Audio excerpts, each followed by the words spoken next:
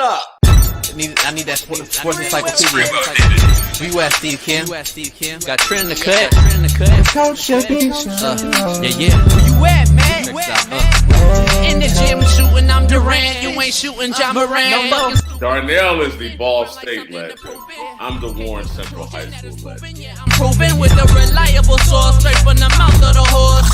Smitty and JB and Smitty from West Coast to Yost. I love talking ball. It's nice to connect with guys that are like-minded and just are real and genuine. Better stay in your lane. Hop into You are fucking insane. Dude, what? You just will not give this guy his flowers. What is wrong with you? Oh, you must have thought I was a bitch. I am him. Use not it. What's the topic? With your logic when I flow. Big Komodo, how it's talking. Got to get back to letting the baby cry a little bit to see if they can soothe themselves. That's a bar. Issues get pressed so past it, don't get sacked like bags and baggage. Smitty and Jason Brown killed it, yeah, it's a rap. We what the game's been missing, we switched it and filled the gap. I identified him after his third fight, and I said that guy should be a star. I'm so proud of the show, bro. With the gas, Smitty and Jason Brown. To the Coach JB show.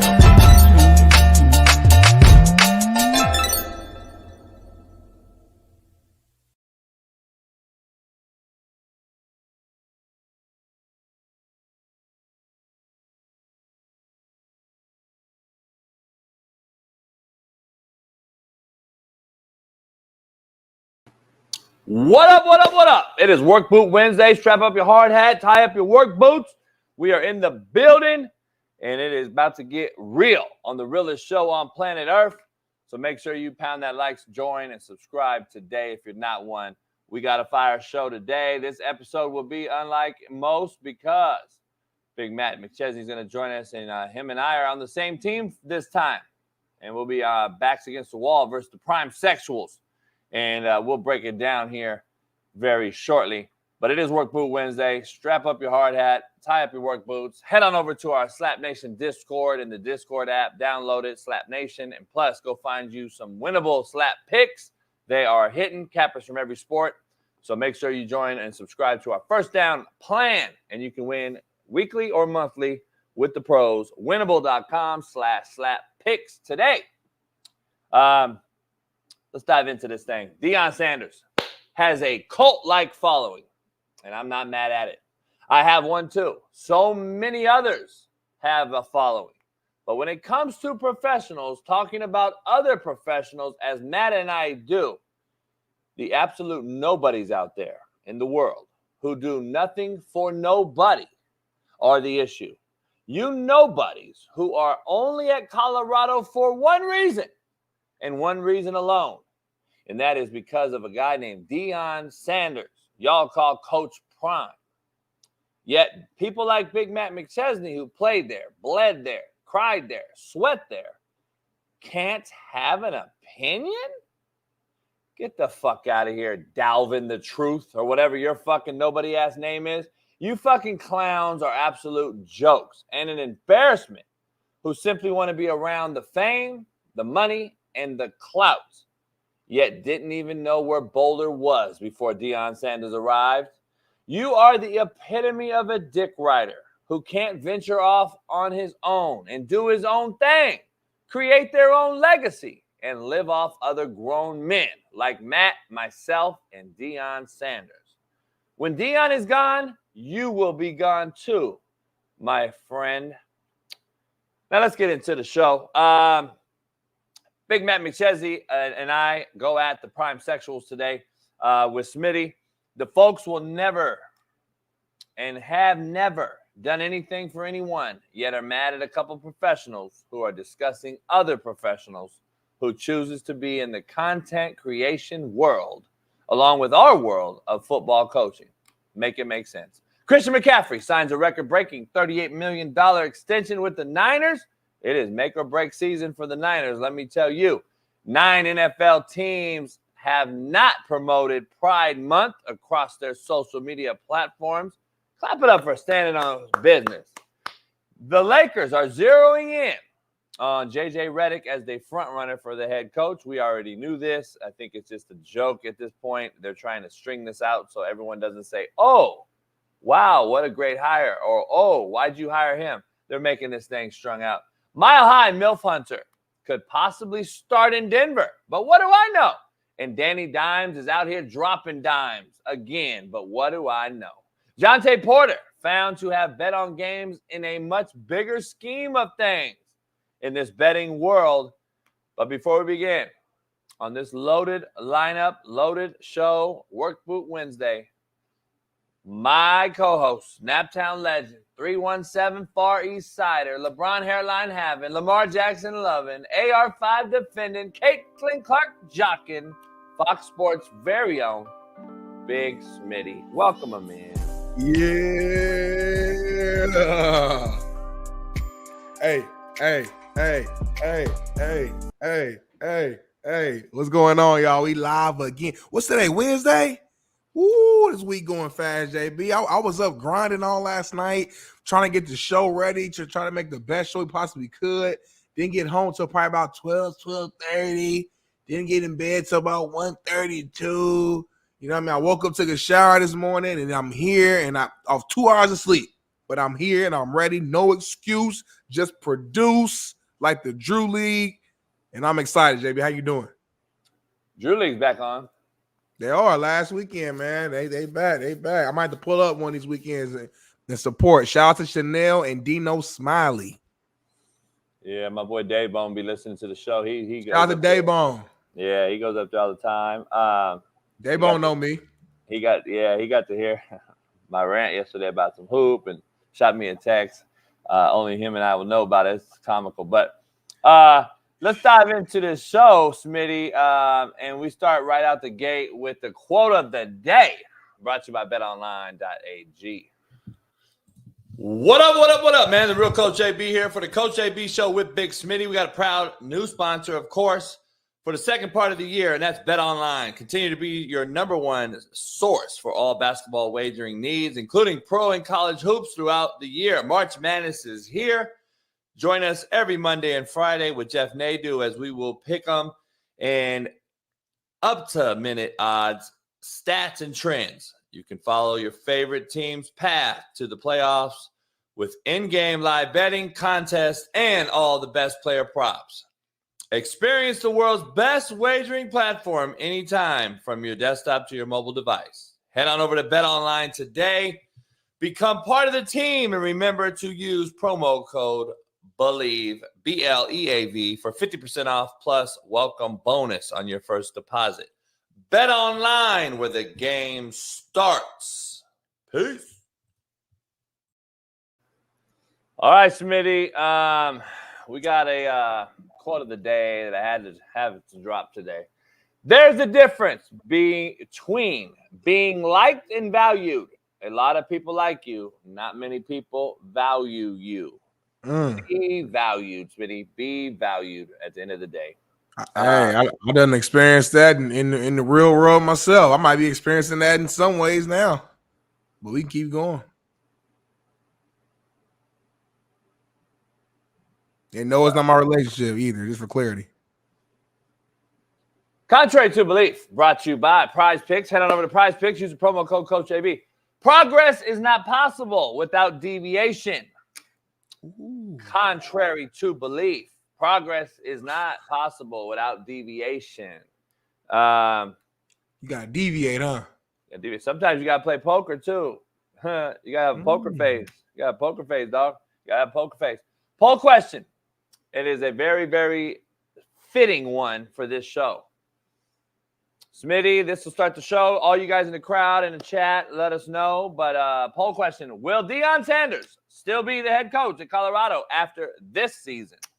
Ooh. Smitty, we can start right there. It's almost a hell yeah, hell nah, but it's a lot deeper conversation. Matt's going to join us because in the news as the last 24 hours, while I was building a studio alone with my bare hands,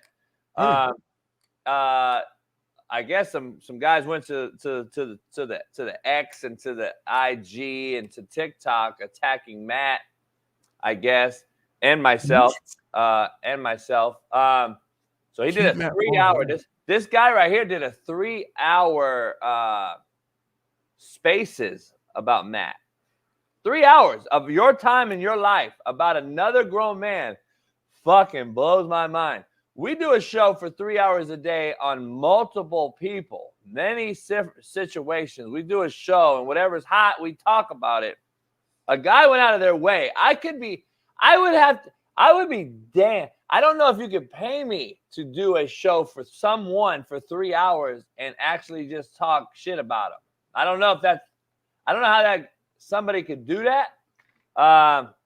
But 3 hours is a long time. Trust me. We do a full 3 hour show every day. Yeah, then they came at me. By the way, see, this is the thing. People are so delusional and thirsty that's why I call them dick riders. They're bringing up kids that I cut from my team, and there's a reason I cut them. And then they're showing like WhatsApp messages that are crossed out that don't even show the context of the message. But this is the message that everybody saw on that Netflix about the whole German kid. But you don't show all the real shit, homie. Like, this is the epitome of dick riding, in my opinion. And these are the prime sexuals who are so blinded by what Deion Sanders is himself and what he accomplished as a man himself that they are caught up on not being the man they can be. They are chasing a grown man who's a legendary NFL star, superstar. They're chasing him, trying to be like him in some facet, manner, or form. And they lost their own self in the mix of all this. And we see this every day, Smitty, in life. We see this every day, especially in the social media world where these guys have to leech on to somebody to allow them to sleep at night. Where guys like ourselves sleep at night based on you following me. There's a huge difference. I don't follow you to go sleep at night. These motherfuckers have to have the craziest, and you mentioned it about mine. I have a cult-like following. Donald Trump and Deion Sanders has a cult-like following, regardless of color, race, or creed. At the end of the day, if you have a following that is very, very synonymous to who you are and very, very like these motherfuckers will go at you that never met you, but will go at you because of who you are and how they follow you and how they believe in you. They believe in Deion Sanders, dog, which is kudos to them. Shout out. I love it. The problem is you aren't creating your own legacy. You are being your own man. And when Deion leaves Colorado, homie, you are nobody. You're never going to be talked about again. Dalvin the Truth or whatever your name is. Nobody knows you, dog. You're a nobody. But Smitty, my point is, before you answer the question, Big Matt bled there, cried there, sweat there. Like, it's not a guy that's just on a podcast. Right. Like, this guy played there and had the last real good season there. And these guys have, again, to my point, pay no homage to guys that actually did it. And then they have a problem with someone that played at the highest levels opinion. When you are a nobody who's done nothing, make it make sense, man. But the poll question, Smitty, Deion Sanders, I'm leaning towards that he's gone. Where you at? Man, this is a hell of a question because, like, I've been on the record saying that I believe Colorado will win 7 or 8 games this year, which I think is considered a pretty good season, all things considered, for Colorado. So, like, see, time out, Smitty. Here's this. It's funny. Yeah. Smitty on the rise. Don't get in this, fam. See, people are really, like, I think I saw one of your DMs or Instagram posts. Somebody said that the comment, you let JB talk about sisters and shit. Motherfucker, first of all, I got a black daughter, number one. Number two, motherfucker, show me what you've done for sisters, Mr. Commenter in the chat and on IG that comes at Smitty about what I say about abroad. It's our show. What I do is what I do. I am a grown man. I do what I do, and I say what I say. Smitty's a grown man and actually defends himself or his opinion and belief his way. He has never done anything to disparage or discourage or talk shit down on anybody. That obviously a black man who has a black mother, I don't believe realizes he's gonna. You motherfuckers are really delusional out here, man. I swear to God, you really are delusional. And don't listen. You listen to sound bites and trigger words, and then you sit there and say, oh, that's who Smitty is. Because you're on with me. Let's just be real. It ain't no other reason why. If you was on a show with anybody else, they wouldn't tell you shit. Everybody be happy and just kudos to you. Yeah, kudos for you. Kudos to you for being here and dropping. You know me, JB. Hey, I'm my own man. I ain't scared, and like you said, I'm okay. I'm okay with disagreeing with somebody and still having respect and having conversation and dialogue. I think that's how you learn. That's how you grow. That's how you just see another perspective. So, but to answer your question, man, you know what? I'm actually leaning towards no, that he won't be here next year. And I know that might be a surprise, but for me, it's not about him not being successful this season, because I actually do think they're going to have a pretty successful year. And I think that's part of the reason why I think he'll leave. So one part of it is because I know Shador's leaving, Travis leaving, Shiloh's leaving, right? So that's number one. Number two, with all these stars leaving your team, there's no guarantees that these guys will be replaced, especially at the quarterback position. So let's say they do go out here and have an 8, 9, 10, whatever winning season this year, right? And say I'm right about it. He doesn't want to come back the next year and almost have to rebuild again and then end up having another down year. You kind of want to leave the year off or the season off with a win, with a make, so to speak. It's kind of like when all the hoopers in the chat, if you're like shooting around the basketball court, you never leave the court with a miss. You know what I'm saying? You got to make sure you make that last shot before you walk off the court. So it's kind of like that same mindset, because you're only as good as what we've seen last. And whatever side Deion wants to go, if Deion wants to go ahead and stop coaching and go support his kids at the NFL level, then that's reason A why he might stop coaching.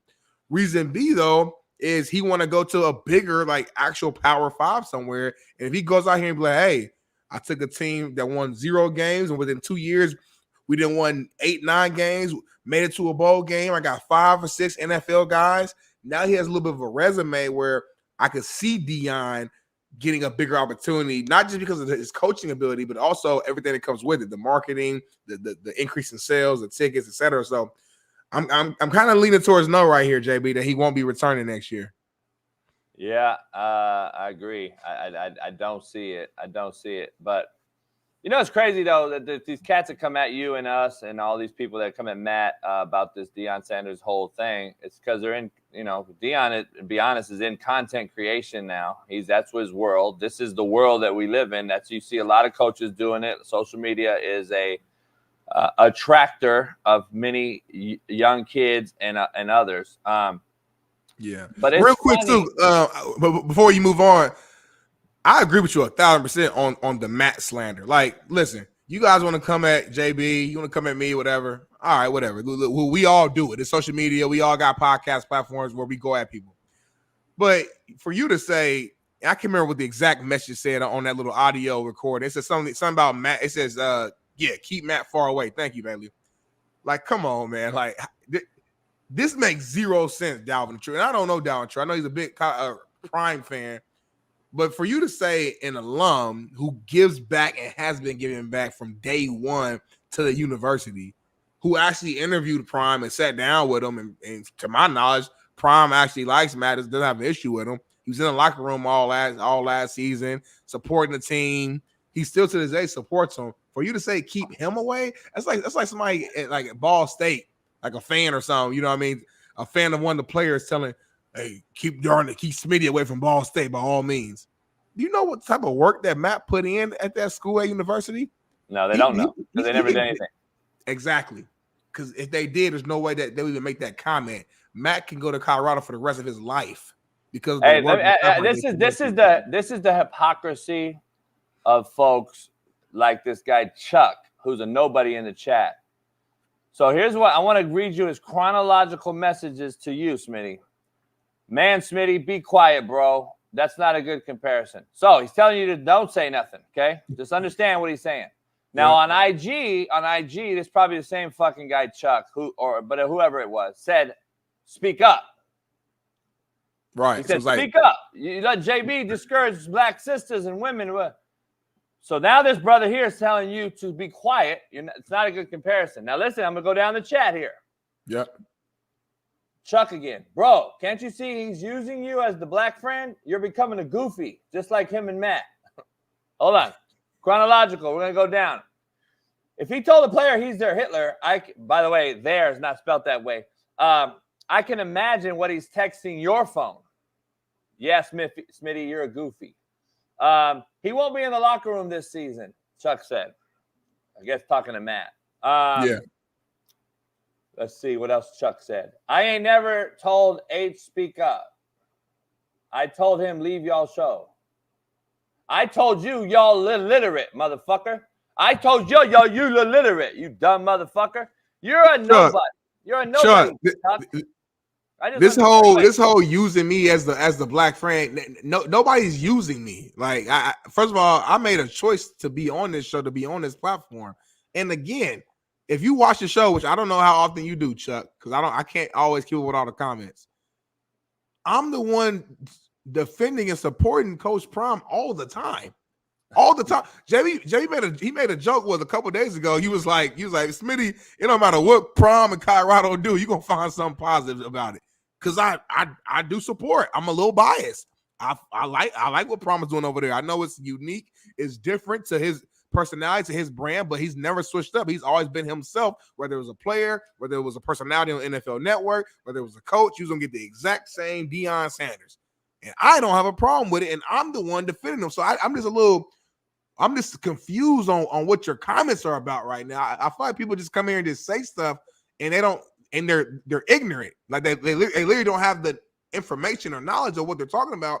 And if you do have the knowledge, and if you do watch the show all the time, then that's even more concerning, because you must not be listening to what I'm saying. He's not listening. He's not listening. We disrespect him apparently. Because I know you talk to him like I do, right? You talk to Deion, and you know there's people there. You have players there, too, that play for him, right? You motherfuckers are delusional, bro. This is why you guys are so fucking stuck on being a dick rider and instead of leaving your own legacy. You'd rather follow a man you don't even know. By the way, Chuck, Deion don't know who you are, homie. And he never will. And nobody else knows you at Colorado. I'm sorry to tell you. You're a nobody. Nobody knows you, dog. You're a fucking bottom feeder. No one knows you. You have no profile picture in this thing, not a member. You're nobody, homie. You're an absolute nobody. I don't understand why it's so hard for you to understand that.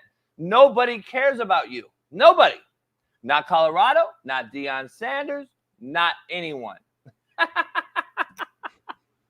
It's funny to me, and I want to make it about you, Chuck, this first few minutes, because the dick riders who need a gallon of Listerine to carry around to gargle with not only my nuts, but Deion Sanders' nuts is a sad, sad thing, dog.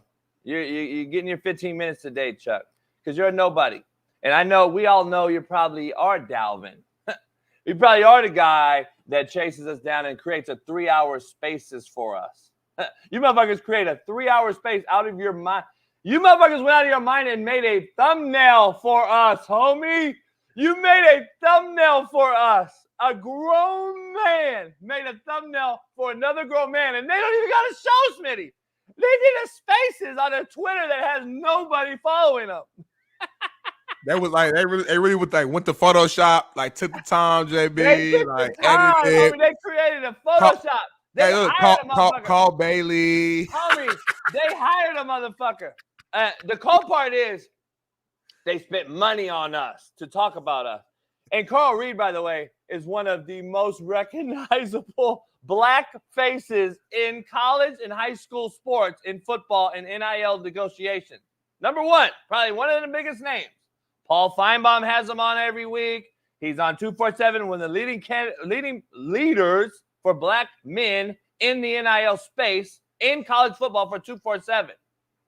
And you guys created a spaces about Matt having him on the show. The hypocrisy is at an all-time high for you dick riders. Like, I'm just keeping it real. You dick riders are unbelievable. Chuck, we're going to keep you in the show all day long. You'll be a special co-host today. You're going to be a special co-host today.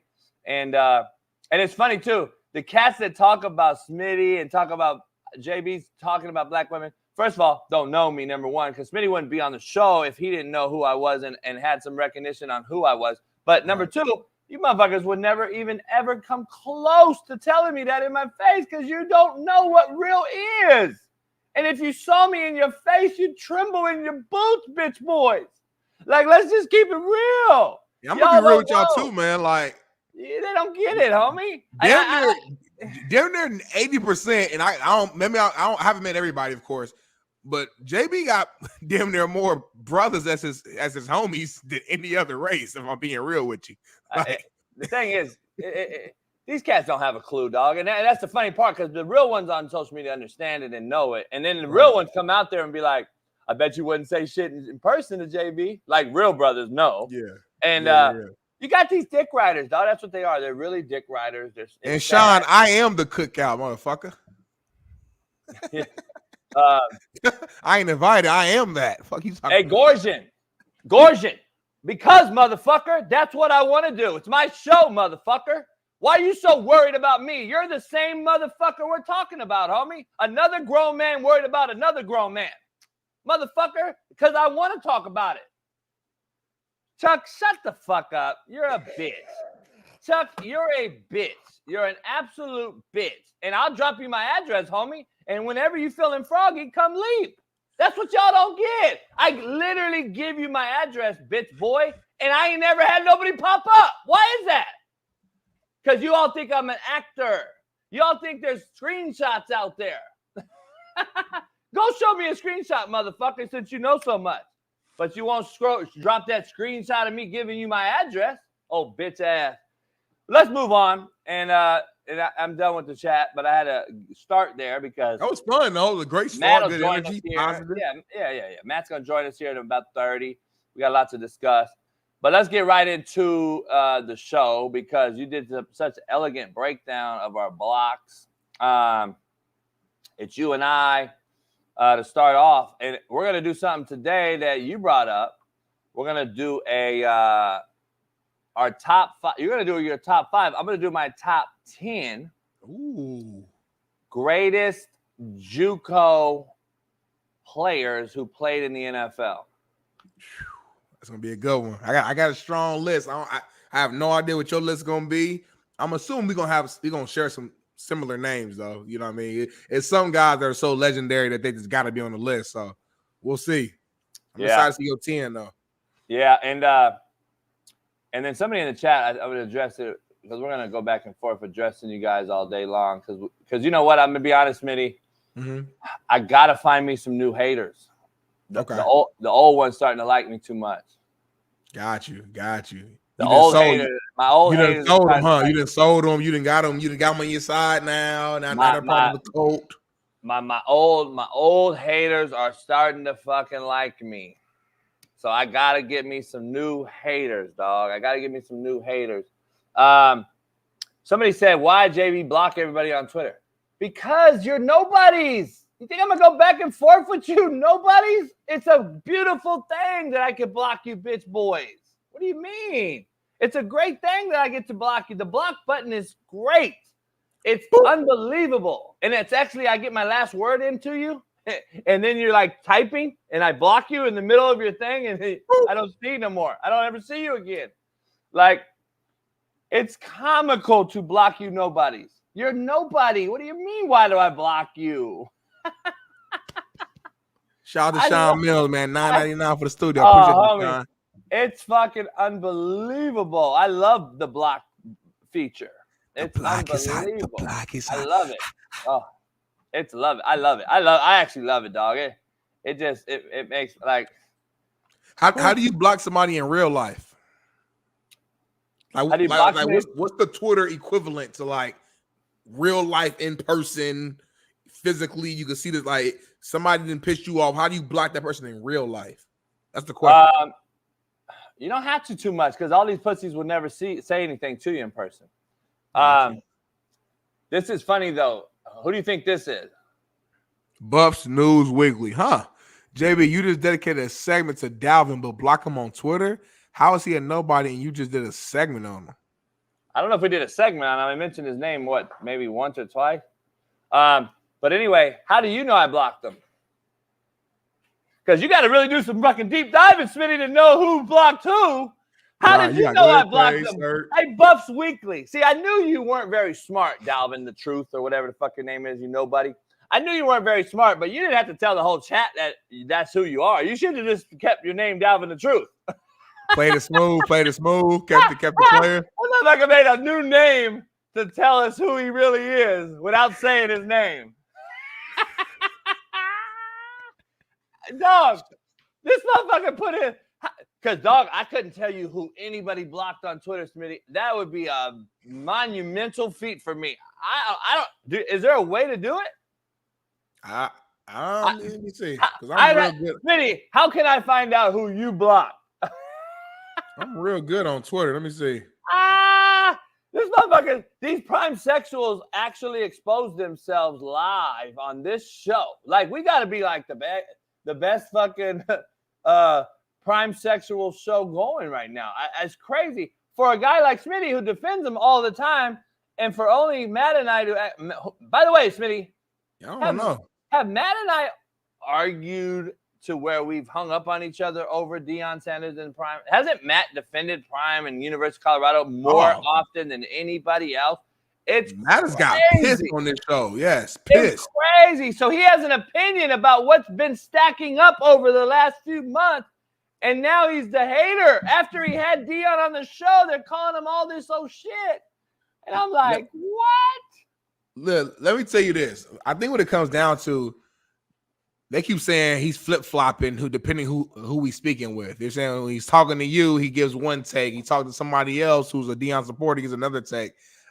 I think that's false. I think what it is, there's different conversations being had with different people. So because on this show and JB asked a certain question about Deion of Colorado, well, Matt will have a certain opinion about that particular question. If he's talking to Carl Reed or talking to Deion himself and the conversation is going another way, then the conversation will be different. Like I host a lot, I interview a lot, I got different podcasts, I do a lot of this type of stuff. And the way I talk on this show isn't the same way I talk on another show necessarily. I'm the same person. I'm not saying you're a different person. I'm just saying the conversation is different. The topics are different. So it's not about flip-flopping. Matt still to this day has said what he is. He loves Coach Prime. He loves Colorado more as the foundation more than anything, but he's still going to be critical at times if there's things going on that he disagrees with or that he doesn't like. That's all I'm saying. Like that's what I've seen. Now again, I ain't seeing every single little thing Matt does, but when he comes on this show, to me, that's what I see. To me, you guys should respect him more for getting an honest take versus like if he just 100% just agree with every single thing Colorado does, then that would just yell extreme bias, and it would almost invalidate his takes or his opinion. So I think it adds more credibility when you can hear someone say, you know what, I actually don't agree with that decision, and here's why.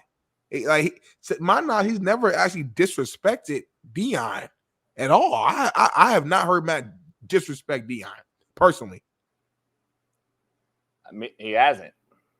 That's the thing about it. Like, he's doing his thing now. Like, it's crazy that y'all can come in this chat and watch our show every day, like G Wizzy and all these other fucking bitch ass made cats, and then think that they're in this show every day, but they're absolutely nobodies. Like, we don't have a resume on none of you. You absolutely are a nobody. You're in this show every day, but then all you do is talk about us.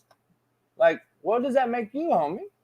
I'm trying to figure out what makes you motherfuckers in here who watches grown men do a show every day, and obviously y'all ain't working. Y'all ain't helping nobody. Chuck, you don't watch it every day because you just created a name to come in here with a profile, dumb fuck. We know you. We know who you are. You probably 3 Dalvin Truths.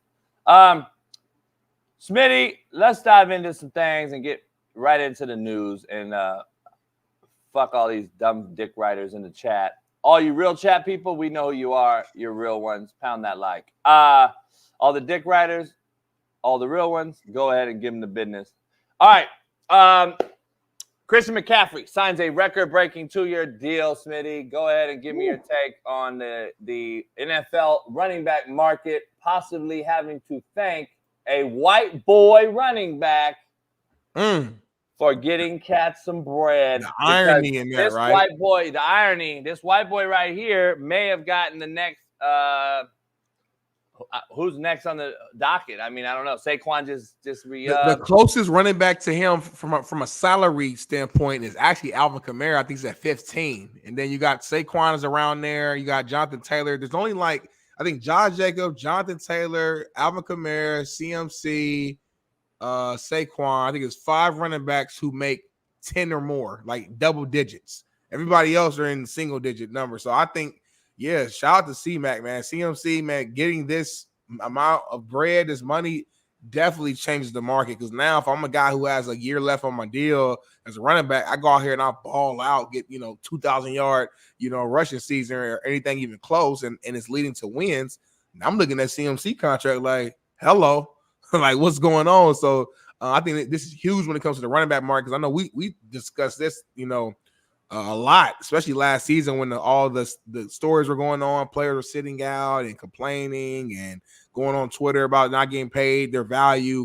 I think this right here is a sign that they're starting to kind of flip back to actually respecting who you are as a running back. But the only thing different with CMC is that he's not just a running back, though. He does it all. He's a slot receiver. He catches off the backfield, decent at blocking, run. So I just think this kind of shows you the formula for future running backs of what you have to do and who you have to be in order to get paid this dollar amount, in my opinion, JB. So good sign. Yeah. I'm trying to figure out, I guess the real question would be, are you paying him off of what he's done or what he's going to do? In my opinion, would be the first. I'm saying they're paying him like almost out of respect for coming to the Niners, leaving Carolina in a bigger bag, coming to the Niners to try to win. They're paying him for that. I don't know if I could pay a running back in this market that much money when he is known to be injury. I'm going to knock on wood. He's been healthy, but he's an injury away, as we've seen before in his career. And that's a lot of money to pay a cat that's getting up in there in age as a running back in this league who's, to be honest, he's a really multifaceted back. He's really a multifaceted back. He's really good, JB. And he's 27. Usually running backs, when they hit that age 30s, when they start to really decline, they got him on contract, I think, through age 31. So I think that's right around the mark that you would want the contract to end if I'm San Francisco. Yeah, but the issue is he's not a true back, no more. He's not a guy that's you're going to hand him the football in between the tackles 30 times a game. This is a multifaceted utility back. He is a epitome of a utility back, can play in the slot, can return punts, can fucking play out wide. He can get everything you have to do in the backfield with him, screen game, get him on the edge, play wildcat QB. I mean, he's a multifaceted utility back, so I just don't know. Is that a bad thing? Like you're almost saying like it's a bad thing. No, it's not a bad thing, but they're paying him on basically like big time back money, which he's not really Frisco uses multifaceted offensive sets and multifaceted backs in the backfield. They get Debo the ball in multiple ways. They get Ayuk the ball in multiple ways. They get him the ball in multiple ways. He's not just a guy we're turning the ball and handing off to all game long. And they're paying him based on, I guess, his versatility. I just don't know, when you're that versatile, the injuries are also very, very more frequent because of all the things you do. Remember, this guy plays wide receiver a very heavy percentage of the game. And that is different running than it is out of a backfield. So now that's why he's had a lot of hamstrings, groin, and quad injuries, calf injuries, shoulder injuries. I just personally, I don't know if I'll pay any back at this point. We just had this conversation last year when you started the show about cats not getting paid and running backs at an all-time low. And now, let's see. Did he just get it back cracking for the back? I think he did, man. And you got to think about the Niners, though. The impact he has on that team, I think, is why they're paying him what they're paying him. Like, people, as good as of a year that Brock Purdy had last year, most people were still saying that, hey, CMC should damn near be the MVP in an MVP conversation. He's the best player on that team because of all the work that he does. And I think also Shanahan, that he knows what Brock Purdy is and what he isn't. Brock Purdy's a good quarterback, but at the end of the day, he's very limited. Let's keep it all the way real. The system protects him, and the players around him protects him. And he knows how important it is to have a superstar running back in that backfield that can just take off so much pressure and so much heat off of Brock Purdy's plate. Because you give the ball to him, 15, 16 times just as a traditional running back, but then you got him, you are fanning out as like a as a slot type guy, like a H-back running out for right. Like it makes Purdy's jobs that much easier, and that's what helps the whole flow of the offense go. So, I mean, shout out to CMC. And for me, before we move on, I want to ask you, do you think Brandon Ayuk, who's been sitting out wanting to get the bag, is sitting back looking at this like, oh, so y'all don't give two fucks about me, huh? Y'all paying everybody else. Everybody else getting their bag, their money. They drafted a wide receiver. I know you forget about that. You pay CMC. Like, are they basically saying like, Ayuk, peace out? Like, we moving on without you? Because that's what I'm saying. I don't know, but I want to know this. Like, that's why I appreciate what you say. People don't understand when you come in here. So mainstream media, people go attack certain folks, white folks, black folks, when they're in the media. Stephen A. is a brother. You get Diana Orlovsky as a white boy. They always want to bring race into it. I got to ask you, if Ayuk don't get paid, are the mainstream media folks going to make this a race baiting issue? Because the first thing that stuck out to me is you came right out and said, it's a bad boy, JB. Christian McCaffrey, you didn't even have to think or bat an eye on who he was or what he was. You like Christian more than me. He's a beast. Yeah. I actually don't like the white boy motherfuckers at running back. He actually is a white boy that's going to play back, and eventually it's going to become a race thing when Ayuk don't get paid, or somebody don't get paid, and they're going to say, oh, they pay Christian McCaffrey. And then a guy like you who's at least real enough to say, wait up, look at his stats, look at his history, look what he's done. This motherfucker's ripped the league for the last several years. When he's healthy, he's the best in the business. Right. And it don't matter what color you are. So I'm trying to figure out at what point that will be a discussion, because eventually it will be. Because if these cats don't get paid, right now you already are in the discussion of Tyreek Hill getting the money that fucking Justin Jefferson just got. Now you got CeeDee Lamb getting the money that Justin Jefferson just got. And now you're got a guy in a running back who just reset the market at running back, even though we just discussed what he does. At some point, you can't pay them all, Smitty. You just can't. You got to pick and choose who you pay, dog. And at the end of the day, you cannot pay them all. And by the way, the brother's been getting paid at quarterback for the last few years that we don't want to. You guys don't want to talk about. The quarterbacks. Look at the top 7 paid quarterbacks. So don't miss me with the dumb shit. Y'all just pick and choose. It's funny how mainstream media works. We're at least going to give you a real honest opinion here. So CeeDee Lamb is next. Tyreek Hill. There's rumors coming out of Dallas that there's some disgruntled issues there with not only CeeDee Lamb, but Dak.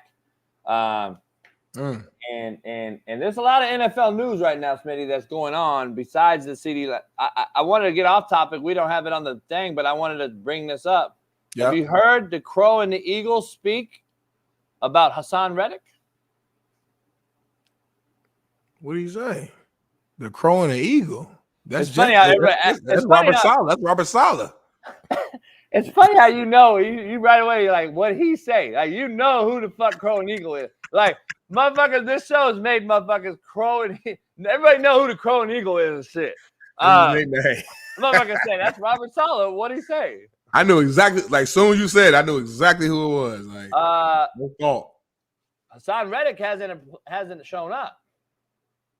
I did see that online. I didn't hear the video though. Let me see what you got to say about it. Has Hassan Reddick been here at all this spring? He has not. You know why? No. Here you go. Do I know why? Let me see.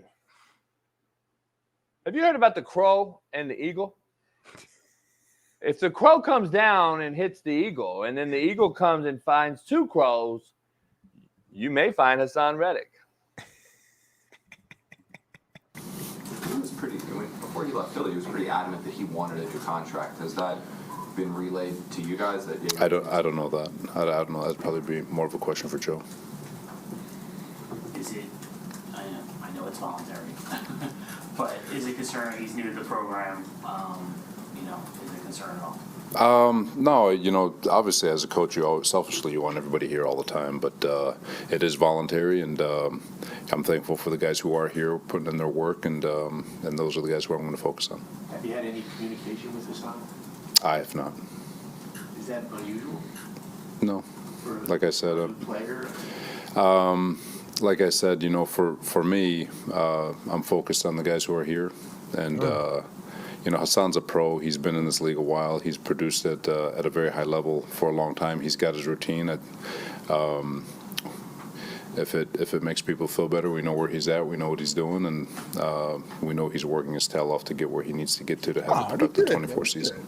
Do you expect to see him next week? I do. If it makes people feel better, we know where he's at. We know what he's doing. The conversation closed. Listen, it's voluntary workouts. I get it. He's a new player for the team.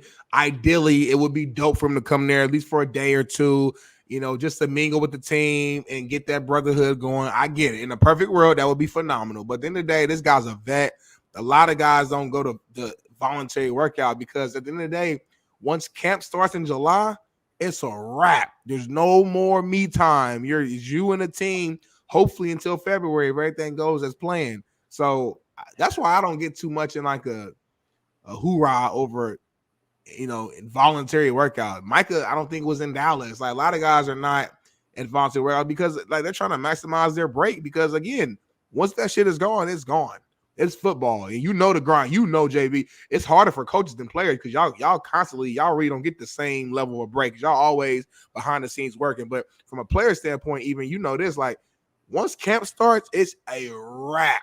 It's over. And college is different because we're always doing workouts as a team throughout the year. So we never really get a break other than that little summer, a little week or whatever. But even for NFL guys, like regardless, once you're there, you're there. Like there's no going back. It's every single week. So I don't mind this. I mean, Reddick's he's a vet. And at the end of the day, he's a pass rusher. You know what I'm saying? Like he ain't gonna forget how to pass rush because he's not at OTAs, in my opinion. Yeah, from what I know from Jermaine and talking to those guys, like that team is very tightly knitted. The team is, even though they hit Aaron Law, they know what happened last year. They know that it was insurmountable, overcome offensive woes. I believe there's a little more to it with Hackett as a play caller. But having said that, I think they're optimistic that Aaron's back, and I think that young defensive line group and defense itself, the defense in total, are really, really tightly knitted.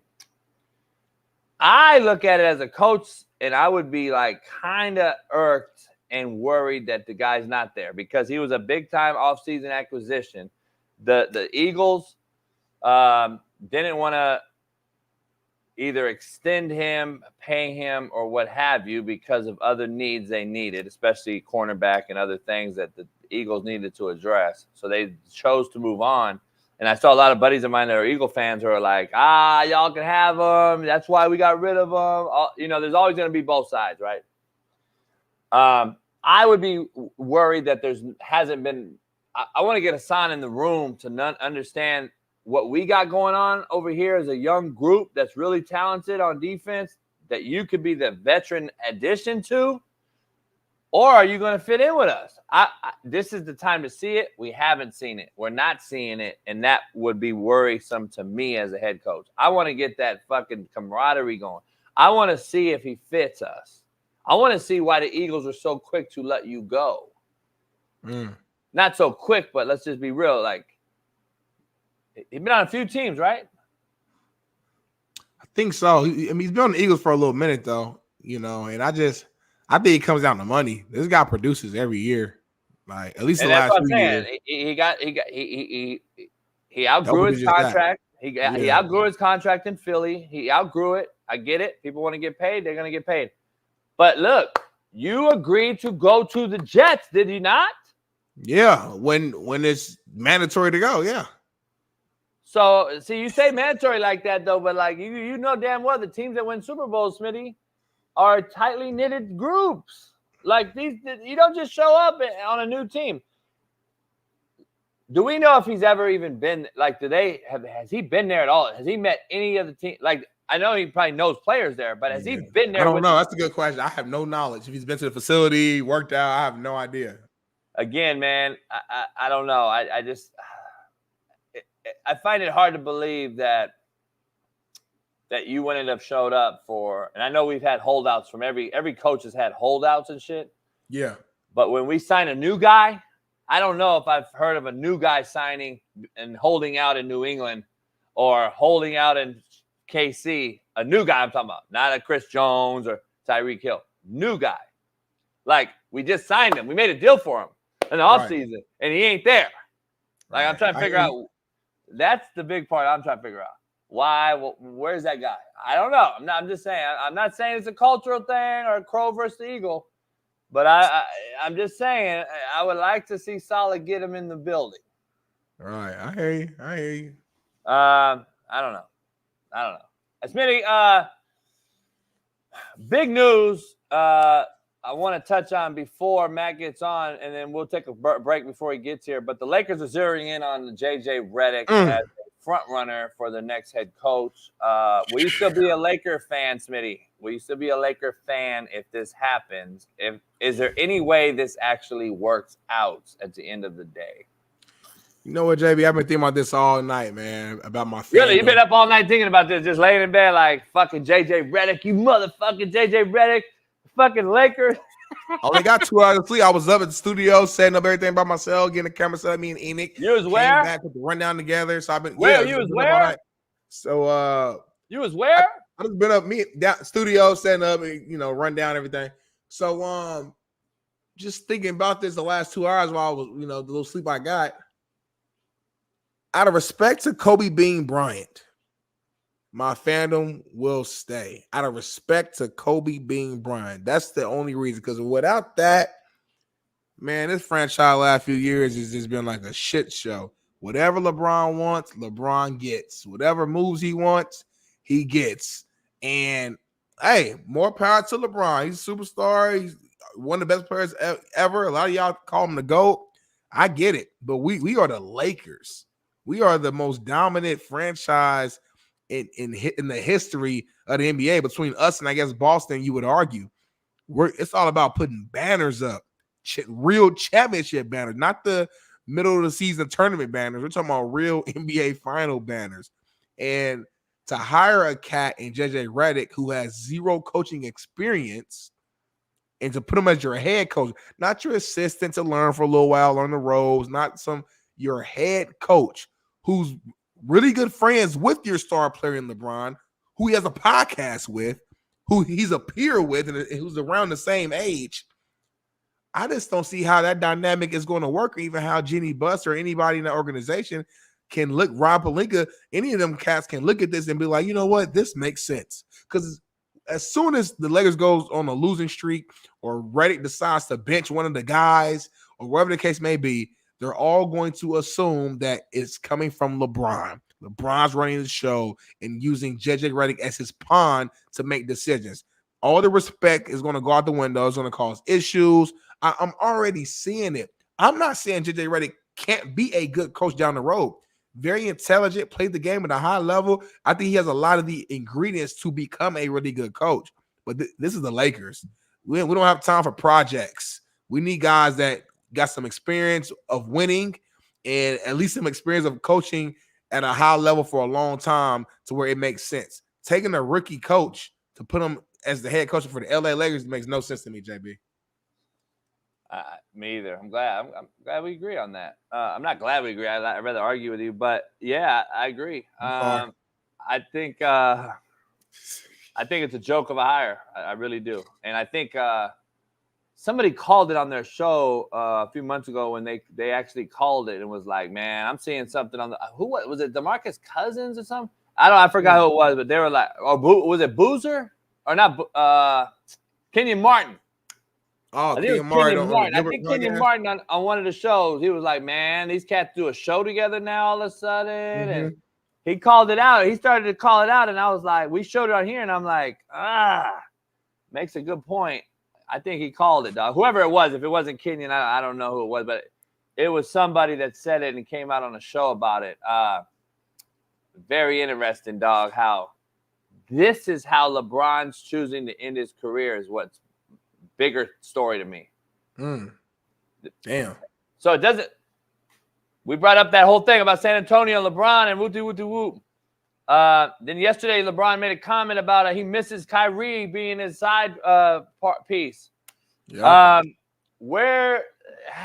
Something ain't right, homie. Something ain't going to add up. So, at the end of the day, the Lakers traded or made a deal with New Orleans, I guess, the other day. So they're guaranteed that 17th pick, I believe, or 27th. Well, that was a part of the AD trade years ago. Yeah. Basically, that came to fruition right now, and I think the Pelicans made a decision to like something like to not take the pick this year, to move it to next year. Something which basically is allowing the Lakers to get the 17th overall pick in this draft, which again, connect the dots, will lead to them probably picking up Bronny, 17th pick. You get the head coach you want and JJ Redick. Listen, I wish I had all that power. I can't hate on LeBron. He's earned the power, I guess, over the years of what he's done. All I'm saying is this. If you're going to have the power, use it correctly and use it to win. It doesn't sound like he wants to win. It sounds like he just wants to be happy and comfortable in his final years. Yeah. So you think that this is a planned deal? Because there's no way LeBron leaves now, right? Because they're going to say he's the one that got JJ Redick, right? Right, of course. I would shit if JJ Redick's the head coach and LeBron leaves. I will shit live on the show.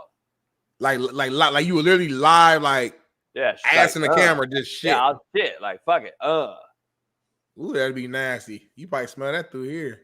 Yeah. White people shit stink worse than black people shit. Yeah. Hey, Matt, we need 1 minute. I gotta do a 1 minute piss break. We gotta take a break right here before Matt comes on. Look at JB. Hold on, don't move. The way you sitting right now, you gotta piss bad. Like you're about to piss on yourself any second. The way you leaning forward, you can piss any moment. Look at him, Matt. Man, he over there. Look. He's like, all right, man. I need fucking a minute and a half, 2 minutes more. I'm about to bust. We got a thumbnail for everybody. Everybody out there, 300 people in here watching live from all the platforms. Big Matt's here, and we are going to attack the prime sexuals, as I've already led the show with. I got to go rejuvenate. I got to get my coffee, Matt. I got to go do some push-ups. I got to go fucking drink some cocaine. I got to go drink some cocaine. It's called 5 Hour Energy. Drink some cocaine? Yeah, it's called 5 Hour Energy. I'm going to get ready for this. I got a lot of bitch-made cats in the chat today. We've already had to talk to a few. Dalvin the Truth came in the chat. We found out it was him. He's a bitch. So we're going to bring him in. I wish he'd come in. He's a bitch, though. He would never look at us in the eyes, you fucking cowardly cunt. So anyway, we're going to be back in about 4 minutes. Matt, stay tuned. Bailey, take us away.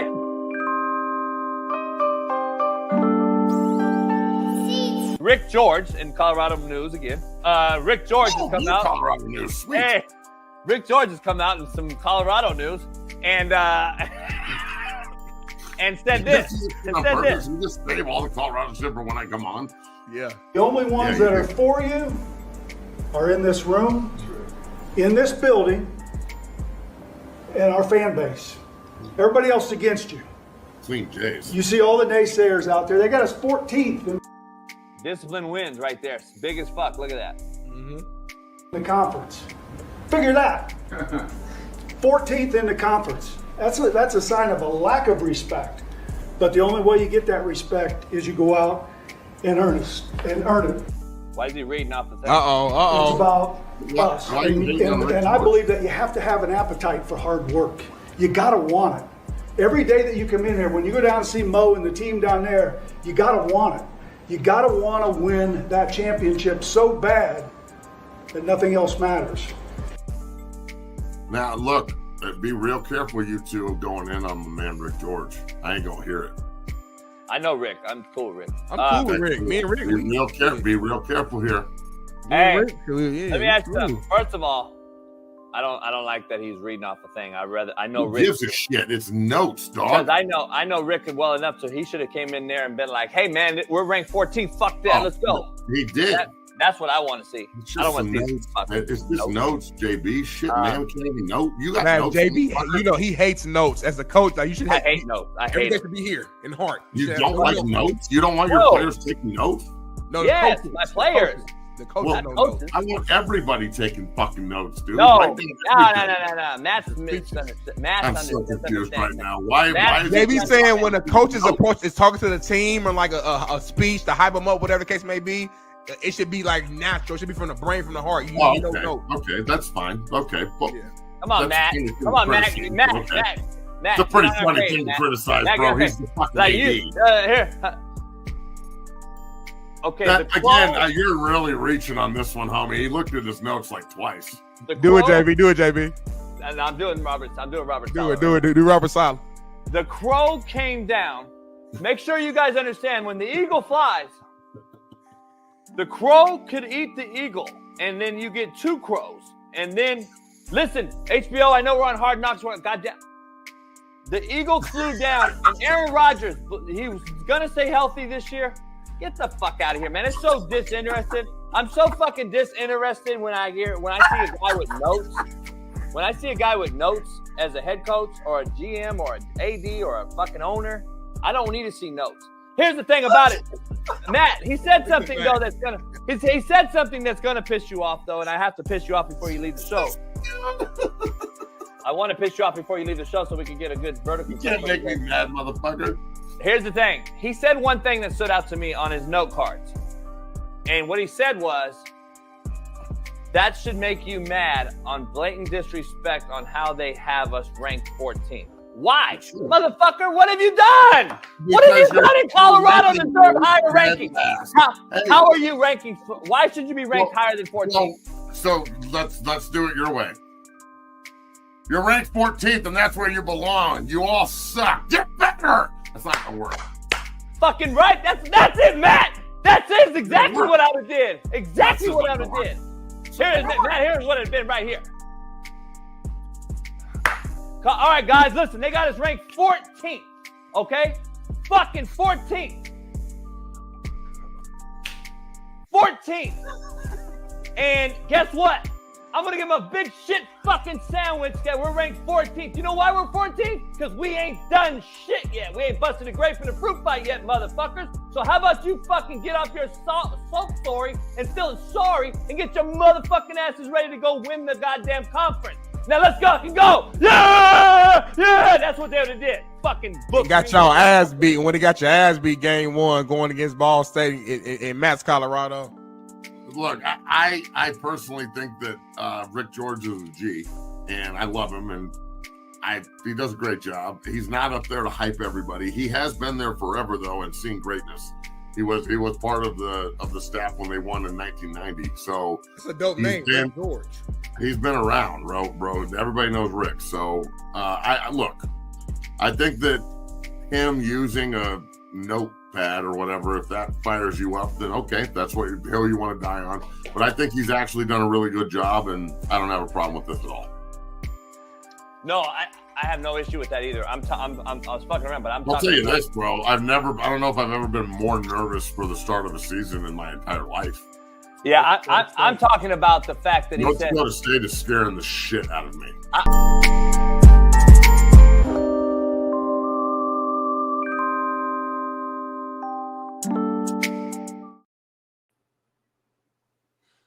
What's up? Hey, real quick before we start, breaking news: Dana White just said Conor McGregor is not fighting; he's out. Yeah, I saw something too online. I'm disappointed. I think apparently he has like a shin injury or something like that while training, allegedly. Do you get Yeah, I don't know. McGregor didn't really look good anyway, if I'm being honest. Like, I don't want to. Do you get shin injuries from coming up lifting like that? I couldn't tell you. That's not really my expertise, JB. I'm shin injuries. What? Could you explain that one again? What'd you say? Conor McGregor apparently is out of MMA fight 303 because of a shin injury. And I asked Matt, I was asking you guys, can you get a shin injury from doing lines? I don't know. Is that stretched down? Is that stretched down? Is that connected? But you know what? You could though, because like maybe sniffing could lead to fucking some weird. Like you might have sniffed and got hyped and kicked the wall or something, or yeah. It might have. Look, I think he probably just like broke his fucking shin training or got real fucked up. Or if I'm Conor McGregor, I think I might just go act and like do the PR shit at this point. Like he hasn't fought in a long time, man. Anyway, forever. Like you come in there and if you get knocked the fuck out, it doesn't help you. If you knock someone out, you have to defend it. He has to keep training to fight. I mean, once you get all the toys and shit, you've seen him like on his boat going 100 miles an hour, fucking bumping Dre and shit. That's fun as fuck. And I'd rather do that than train. So once you get to that point, it's hard to stay at that point, dog. Your mind is different too. Like he's not the same animal that he used to be. And why should he? Like, why should you? Like, it's an individual sport too. You don't have your buddy next to you to pick you up. You've got a bunch of enablers next to you that are like, you've done enough. Just go act. You're good. It's like Entourage. Like this, I don't know if the three guys surrounding Vincent Chase are really there to help him or if they're there to fuck him. So I haven't figured that out yet. So yeah, I don't know. I see the dude partying and all kind of shit every day. I don't know if he was really ready to fight that fight or wanted to fight, or I don't know. I don't think he needs the money. Probably not. Yeah, probably don't need the money. Let's dive into it. Where are all the prime sexuals? Come on out. All the DMs. First of all, I want to be clear to the air. Matt played at Colorado. We all know. I just want to make sure all you dick riders know.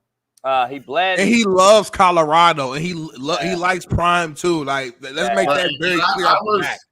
I mean, Bailey, I need you to like. I'll get at you about this, Bailey, but I need you to go back and like find. He already has. He's already done a hell of a job. He's ahead of this thing. He's got so many fucking. They're coming. It's Matt. Just so you know, these dick riders, Truth Serum or what's his name, Delvin Truth. Truth Serum. He found an old player of mine who I cut for being a shitbird, who later got arrested. Not on my watch, by the way. I already had cut him years before, and he pulled that up as if he was on my watch being fucking arrested. Like, at least give it the truth, man. At least keep it real and give us real context, you fucking bitch. Bro, yeah, this is the good one. I saw this one yesterday. Like you really, by the way, all the real shit's blacked out. I love how the real context is crossed off. You guys are fucking jokes. I gotta be honest with you. By the way, I want to be clear. Matt and I, just so we're clear, are actually in this profession, and we are professionals judging another professional in a space that we are professionals in. I just want to be clear when I clarify this. But you guys, Dalvin Truths and all these guys who were nobodies, have done nothing for nobody and will no longer be remembered or ever be known when Dion leaves Colorado. You are really a dick rider. You're a dick rider. That's a great point. And Coach makes a good point. And I just want to get this out there, okay? Look. There's a difference between Colorado faithful that have been CU fans forever and that adopted Coach Prime in, and we love him. It's incredible. I love Coach Prime. Coach Prime's my guy. But no one's above criticism, especially when you're in the business of constructive criticism. Even if you think it's negative, this is why. And then there's a bunch of other guys that just are huge Prime fans that have jumped on the bandwagon of CU, and the minute Prime goes to Florida or retires or whatever, not saying it's going to happen, but the hypothetical, that's where they'll go and they'll start assaulting that fan base that has a problem or whatever. So there's a difference here between like Colorado supporters and alum and players and support staff and coaches and everybody that's in this, and the prime sexuals. The prime sexuals, this is weird. I've literally never in my life seen anybody that has this kind of effect on other grown men. Like, this is like some Taylor Swift shit. The prime sexuals are like Swifties, dog. Like, you say anything about Coach Prime and they are on you. They're trying to cancel you. They're trying to do this. They're trying to do that. It's a bunch of dudes that are like groupies, dog, like grown-ass men groupies. And I don't understand that shit at all. I've never really been enamored. I've never really been starstruck. Like, first time I met John Elway, I was all like, oh, fuck, that's the Duke. The first time I snapped the ball to Brett Favre, I was like, I can't fuck this up. Brett's going to kick my ass. Like, but being in this business, you play against these guys. You play with these guys. Like, they're your... they're your teammates and they're your adversaries on the field, and everybody's got mutual respect. Coach Prime and I talk more than anybody else that I talk to up there. We're always back and forth on DM. He's always bringing in guys. They just brought Breck up there. I'm responsible to give my opinion, and each day, day by day, Smitty knows this, JB knows this, Kim knows this, Whitlock knows this. Everybody knows this that does this business. Your opinion can change because everything's changing. So I don't have to ride with an opinion I had in March or last March or the March before that if I want to change the way I feel. So I feel like there's this huge group of guys, and maybe it's not even really that big. I bet you it's about 25 like grown-ass man prime sexual groupies that drive this narrative. They're like attacking you on. Guys, I just want to say this, and I'm saying this from the bottom of my fucking crazy heart, okay? I had 3 separate individuals yesterday threaten me that at North Dakota State they're going to find me and jump me. Gentlemen, I just want to say this from the bottom of my psychotic heart. That is my fantasy on this earth. I want, please, Jesus, come find me at North Dakota State. Come to the gym. Come to my house. Wherever you want to go, dog, I'm in. And it's like, it gives me goosebumps. It makes me so excited. The potential of confrontation, Smitty.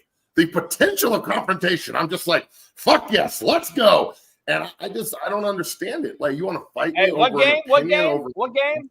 North Dakota State, game 1. Game 1. Is that Thursday, at home? Is it at August home? 28th. We're going to have a boxing match, and we're going to play that North home? Dakota State. Is it at home? I might drive out. I might pull up Please to it. go, That would be bro. crazy. We all pull up the If game. you two come out, I will set it up and get us a fucking place to do a show downtown in Boulder. Go to Pasta J's or something. We'll do a huge fucking show. We'll go to the game. We'll get a box. We'll fucking do it right. It's the game's at like 6 or 7, so the kickoff's at a pretty reasonable time. Be able to go out afterwards. After the next day, we'll take you up to the ranch, ride some horses and shit, hang out, go fishing, barbecue. My brother will throw a brisket on. JB, you love that shit. Go Matt, hang out. I've never been fishing before, Matt. Believe it or not, I've never been fishing before, Matt. Never in my life. I'm dead ass serious. I want to bad. I want to bad. We got 2 lakes. Yeah, he's not a real brother from the hood. I'm just telling you. I am. Listen, I'm from Indiana though. Like, that's not what we do in Indiana. Like, we're not. Well, I get it, but we got 2 lakes, bro. We got a huge one that's stocked up in the back of the property with a bunch of fish. We can go up there and just fucking fish all day, dog. Go shooting. It'll be dope. But if you're gonna fuck around, free, we gotta do it, JB. Fat still. Let's pull up, JB. We on your head. Hey, first of all, yo, fuck, this motherfucker looks like I don't know if this is a real picture or not. He looks like DJ Khaled. Listen, Fat Steel. DJ, dog, you're from That's Boulder. a cool name though, Fat Steel. Like, that's a cool little name though. Hey, hold on. So it's Fat Steel. You're from Boulder.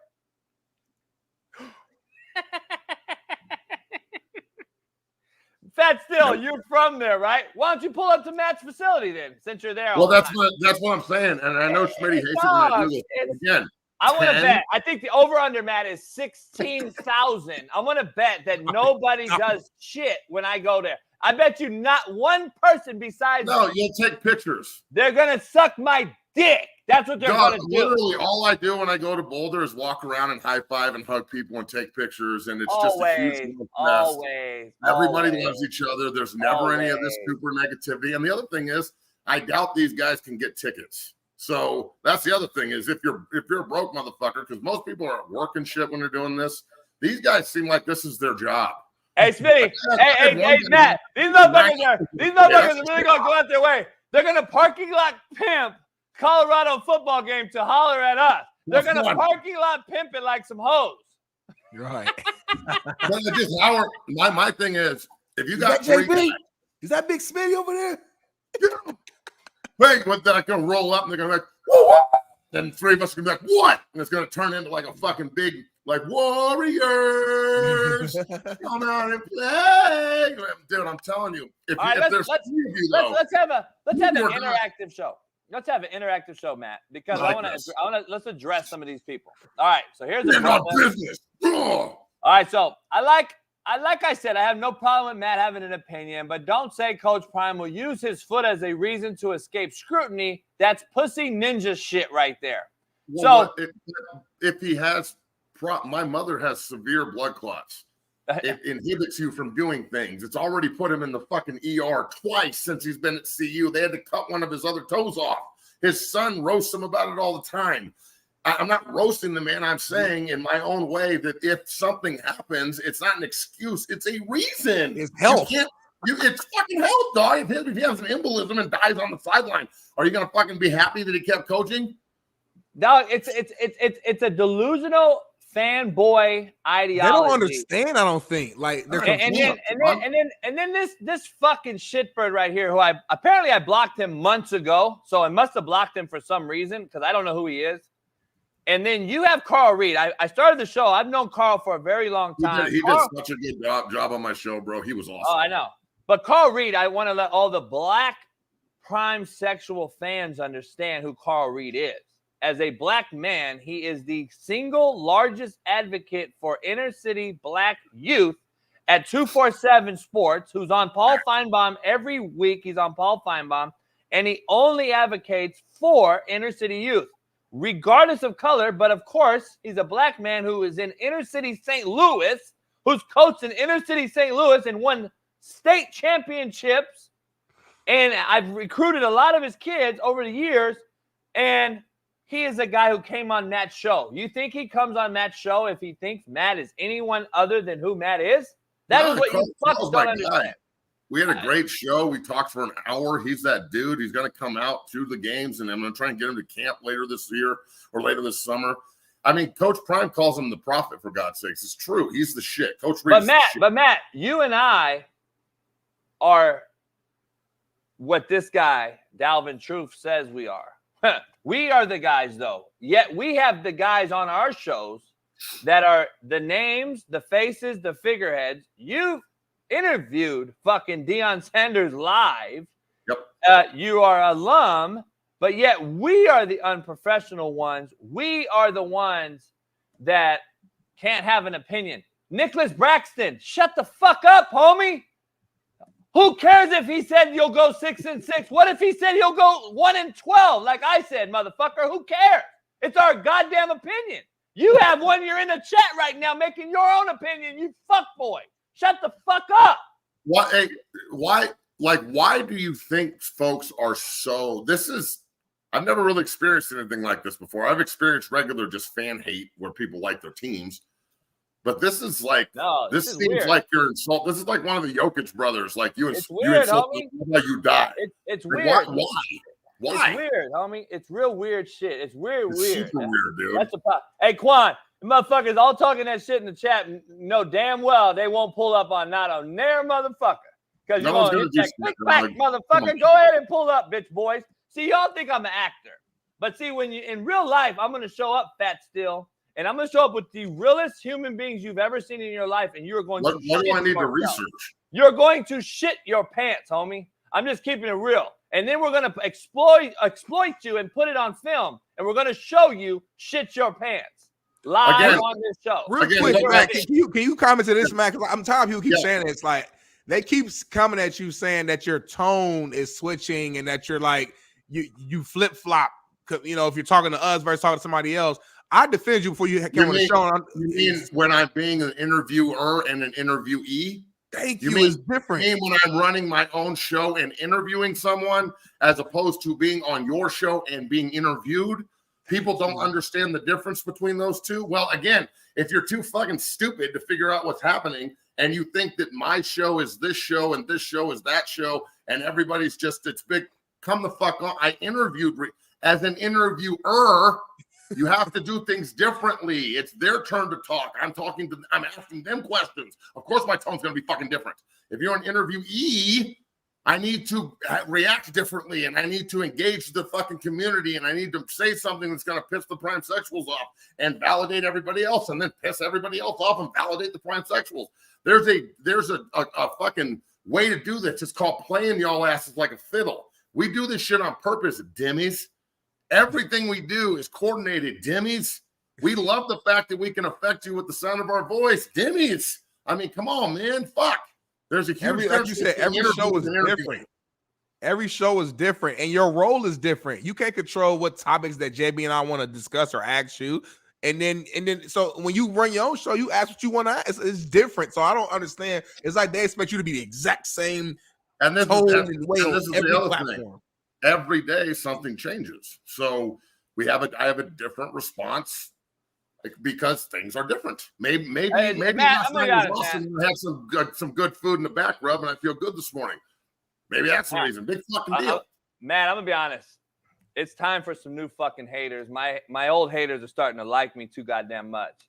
So I am fine with it. I'm actually looking for new haters. I did block this guy. So here's the thing. But here. Let me read this out loud, and I want to be clear. This is the ironic irony of this whole thing. Bring it back, baby. Bring it back. Matt, lucky he blocked me. Lucky. Dalvin Truth, son. I'm gonna call you son because I nutted you out, bitch boy. You are literally the most idiotic, dumbest motherfucker on Twitter. You are lucky he blocked you. Matt's lucky, Matt. You, Matt. Yeah, no, I'm a super bitch too, by the way. I'm not one of the biggest pussies I've seen. I love huge pussy. It's funny that like bitch. Yeah, Smitty brought this up. Like when someone is and Smitty thinks I'm a total pussy too. Smitty's probably hanging out with this guy, telling him that I'm a bitch. Hey, by the way, it's crazy though when you're this grammatically incorrect, and then it's hard to watch. It's hard to watch you because you got 2 periods. That's because Smitty said he won't watch anything that's grammatically correct, but then he defended Dion, by the way, on a grammatically incorrect graphic. But yet Smitty is the hater along with JB and Matt. Like, you guys are fucking so dumb and hypocritical. Now look, Coach Prime is a good dad. He's a great dad. What's wrong with me saying that? I can't say he's a good dad. No, you can't say anything, Matt. But anyway, so if I criticize something as a coach, that means that I just hate everything. If you criticize one thing, you hate everything. Oh, my God. The thing is, none of you have ever been in a relationship. None of you have kids. None of you have family members. Everything in your life's great. You never criticize anyone. You never get criticized. And everything's just hunky-dory, and it's all just straight arrow. Get the fuck out of here, man. At some point, you've got to understand that it's not me that looks ridiculous. It's y'all. It's y'all. The fact that you get so emotionally invested in this shit, I have the right to be emotionally invested. I'm a 7-year NFL vested veteran. Okay, I'm in the same fucking pension and the same space as Dion in that regard. I played at the place where he coaches. His first meeting, the minute after he got the job, was with me about recruits upstairs. We are constantly in communication with each other. The man and I are close, way closer than the people that think you're defending him. So you can go down this road all you want, but you're just spewing ignorance. And I can have an opinion. The fact that I say what I say and he still follows me and we still communicate and he watches it and he can still see it. After the UCLA game, I'm tempted to even put the communication up just to prove it. I said I did what I did. I made the video about them not picking up radar calls, not being able to do it. While they're eating Popeyes on the fucking bus afterwards, after the L, he texted or he DM'd me like, brother, this is true. We got to get this fixed. I respect your opinion. We'll get it fixed. And the next day he's talking about replacing 5 linemen. So let's just be real about what's going on. And then also, if you want Prime to improve the offensive line, maybe you should get behind what I'm doing and support what we're doing, because I got fucking offensive and defensive linemen falling out of the goddamn sky at 6-0, homie.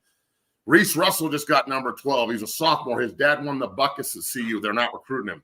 Brett Kaluje has 30 offers. His 30th was CU. They re-offered him the other day. But when you've got Georgia and Texas and Alabama and Tennessee and all these other guys beating your door down first, it's going to be hard to flip that. But I'm trying to help facilitate it because he's a hell of a player from Denver.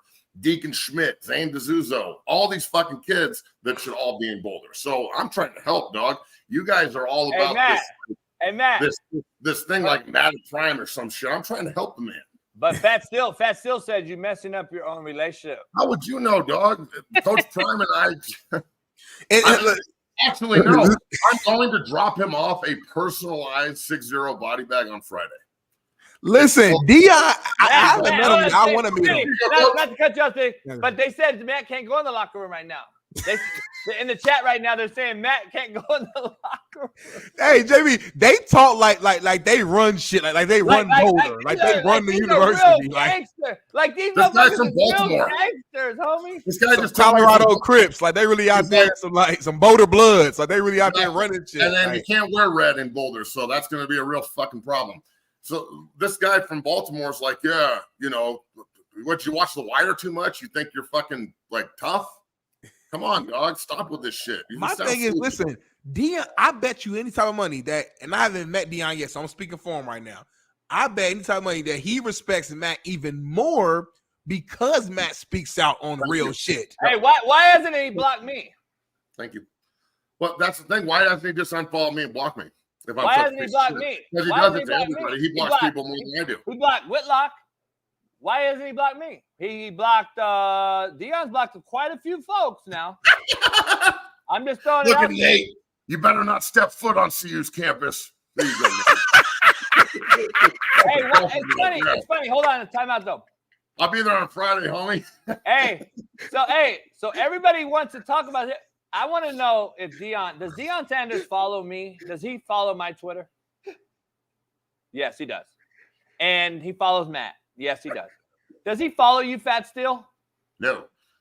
Does he follow Dalvin the Truth? Or maybe maybe it's one of his kids. I don't know who it is, but hey, JB does not care about you enough to block you, but he cares about enough to follow me. Yeah, you talking about though? This dude told Matt, I'm sorry. He said, "You better not step foot on Colorado's campus." That's the craziest shit I've ever heard in my life. You're telling somebody who bled, sweat, went to school there, gives back that he can't step. Who are you? If somebody tell me I can't step foot at Ball State's campus, man, suck my left toe. I'm gonna say it. I'm gonna keep it softer today. You can't tell me that. Like the boldness of people in this chat is like, it's crazy. It's mind blowing. They got to be trolling you, man. There's no way that they really believe what they're saying. No, they're gotta be a troll.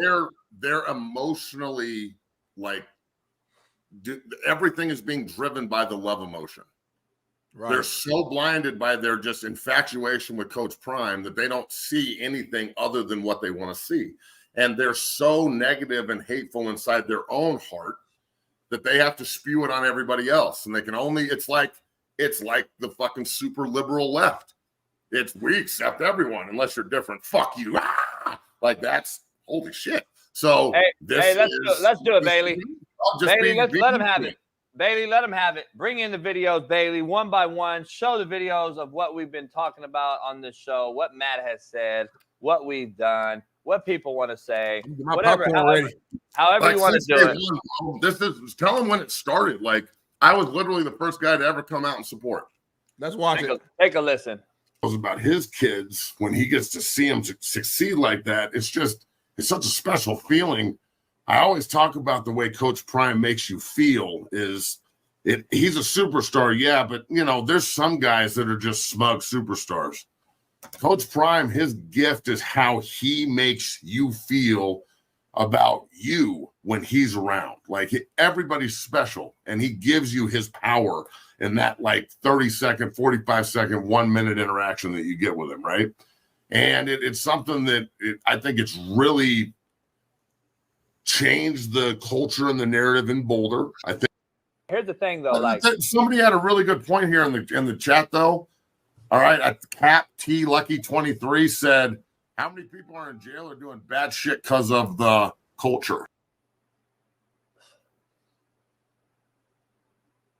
And then they show Bobby Bruce after I cut him get arrested 4 years later. 4 years later, when I'm sitting at home on my ass.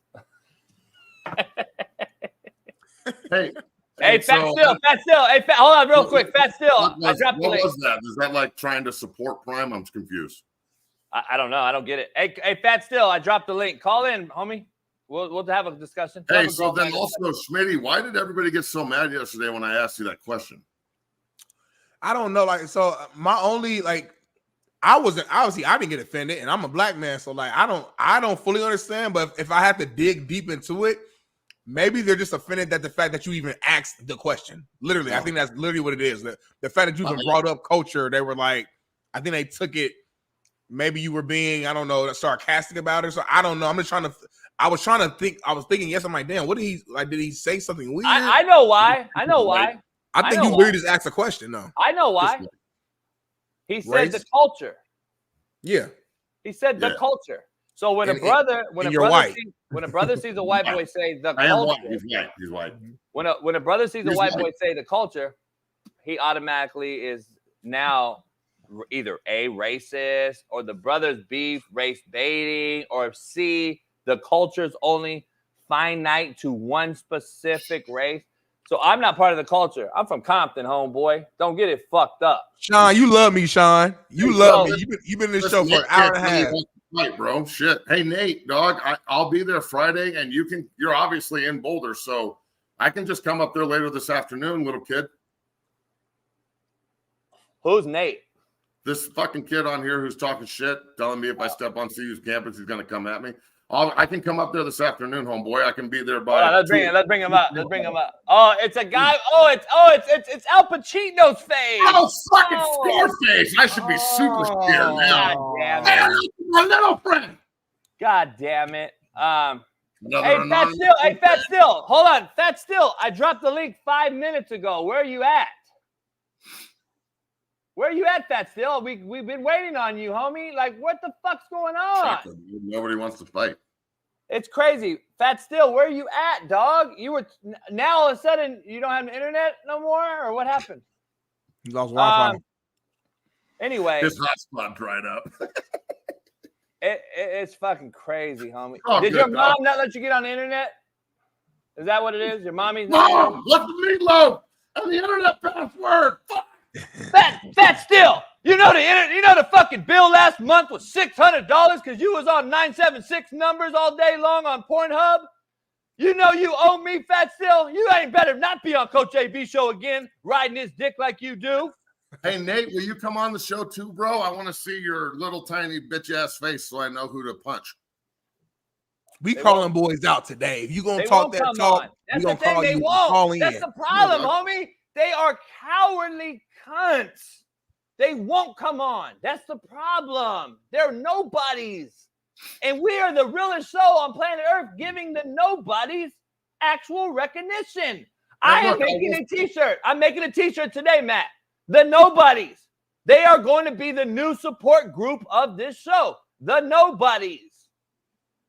We got to make a shirt. The nobodies. Head on over there to Coach JB. CoachJBStore.com. Go get you a nobody shirt. We're going to create that today. And I've got Coach Mike Sanford on today at 12:30. We had to push it back a little bit. He was the intern coach at CU. Wait, was he the interim? Was he the interim coach at CU, the University of Colorado, when they had you come up and speak to the entire team? They did. Oh, they that did. guy and that school and that school. Yeah, when we locked the gates and actually got a dub, that was a good day. Hold on, are you allowed to talk to him? Like, are you? Do you have permission? I'm allowed to talk to him, but I might have to ask permission, like somebody's permission. Talk to Matt. Talk to the other Matt or Nate or whatever the guy's name. Yeah, there you go. I could probably make that work. That probably sounds pretty good. I don't know. I'm pretty scared to talk to him. So, yeah, I got him on at 12:30. We're going to talk about the football camp we're doing on the 15th and 16th, and we've got 3 more for the rest of the summer. That's going to be pretty fun. Yeah, man, we're going to jump into a lot of different stuff. College football, obviously. NCAA 25 or 24, 25. It's 25? 24. 24, 24. 24 is about to drop. I'm so excited about that. I'm running you off the sticks. I'm running you off the sticks. Hey, That'll be on 12:30 Fat still disappeared. I haven't even seen him in the chat anymore. It's fucking crazy. Hey, Shaun, we dropped you the link, Shaun. I saw you talking in there. Come on in. Come on in and have a grown man conversation with us. Nate, we dropped the chat. Hey, Nate, we dropped the link, homie. Show us your face. At least it's fair, right? Here go Fat Still, I think, jumping in. Then he disappeared again. He jumped off. He jumped right back out. Come on, Fatty. Like double dutch. He hopping in, hopping out. He don't know what to do. These motherfuckers is unbelievable. Hey, can you believe that JJ Redick got hired? I don't think he has yet. Like, is that real? I don't know. I can't believe it either. I don't believe it either. It's real. I mean, isn't he LeBron's best friend? I don't know. We were talking about it earlier, man. I don't have anything against it necessarily. I'm just wondering, like, what makes him more qualified to do this than the guy on the bench or whatever, just because he's LeBron's homie? Hey, literally, you hit the nail on the head. LeBron gets what he wants. I'm about that business today. Fuck all this other shit. Nate, call in, bitch boy. I'm waiting on you to call in. Fat Still, call in, bitch boy. Yeah, dog, guys, if you're going to threaten me like this, bitch boy. I want all the bitches. Oh, Shaun, you're at work now. You're at work. You're in the chat talking that shit, but you can't call in. You're a bitch, homie. You're a bitch like I thought you was. You're all bitches. Let's just keep it funky. You're all bitches. You couldn't bust a grape in a fruit fight where I'm from, homeboy. Don't get it twisted. And you can join the show. We've given you the link. And it's all free air. There's nothing between us but air and opportunity, you bitch-ass motherfuckers. But you won't join. You won't join. That's the problem. You won't join. That's the problem. That's the crazy part. I love this guy. He's such an. It's fucking. Hey, prime sexuals. I got time today. I got time today. I got time today, motherfuckers. Where y'all at? Hey, Chuck, I see you. Where's your face? Show us. Show us who you are, Chuck. Fat Still. Oh, Fat Still. He's back. He said, you mad you got exposed. Wait, is this the guy that didn't call in? What the fuck are we doing here? What? What? Chuck, we have you in, Chuck. Look, Chuck, right here, Chuck. Chuck? Wait, Chuck, where you at, Chuck? What the fuck are we doing? Chuck, that's us. Bring him in. Yeah, you gotta turn your radio off, Chuck. Show his stage. Show his stage. He ain't showing his face. I know, but I want to show the crowd what he's doing. Where is he? How do you add him? Add him in, Bailey. 4 boxes. Come on, Bailey. We can't show his face? Oh, it said he's in the stream with audio only somehow. He didn't even do video option. He just did audio only. Of course he didn't. What a shocker. He didn't want to show his face. These are bitches, homie. Like, this is what I'm trying to say. Oh, there you go. There you go. There you go. There you go. There you go. Adam, Bailey. You on mute. You on mute, Chuck. You muted, Chuck. You Talk muted. your shit now, JB. Yeah, hey, what's happening? What's happening, homie? Hey, so what's happening? You talking all that Compton shit. Fuck you. Okay, well, what's happening? Poor ass nigga. Okay, motherfucker, you a I'll bitch, be at homie. the K-State game. Yeah, Matt, I'll be there. Motherfucker, Hey. whoop your square ass too. Yeah, dog. I'm Don't call no police. Hey, show up, Bitch police, ass motherfucker. nigga. Show up, bitch boy. Shut your bitch Show ass. up. Man, drop that address. What's your address? Drop it right now, Man, bitch what's ass. your address, hoe ass bitch nigga? J.O. felony looking Man, bitch. what's your address? Your Hey, bitch you need ass to up. back What's your your phone address? up. I ain't Hey, gonna come sit on holler this at me, dumbass motherfucker. Come holler at scream me. with you bitch ass Hey, nigga. I'll see you soon, bitch boy. Hey, you should probably back the phone up. He had a huge booger in his nose. Motherfucker look like J.O. felony fake ass. Like, do guys really think that, like, that's gonna scare us and shit? Hey, Like, I'm super fucking scared now, bro. Like, I don't know how I'm ever gonna get away from your fat ass. These cats are literally defending a cat. Hold on, Right. they're defending a cat that they have never met who can give a fuck less about them. They going hard though. And these motherfuckers are willing to get their ass whooped over Or someone die. they never met. Or die though. Like I'm not also I'm just saying like motherfuckers could die though. Yeah, Like, you can't pull on somebody and you don't know what the fuck anybody got. So you want to die with somebody who don't know you. That's crazy. Who they are. This is these cats. It's That's a wild. fucking joke. It's the biggest, it's the most, it is I guess. I will say this though. Secondhand embarrassment. Secondhand embarrassment. I will say this though, to give the man credit, he did call in. Yeah, hey, I respect that. Shit. And you know what? I have way more respect for him because he did call in and he got involved in the conversation. Even if he didn't tell us when he wants us to die, at least I heard it from him.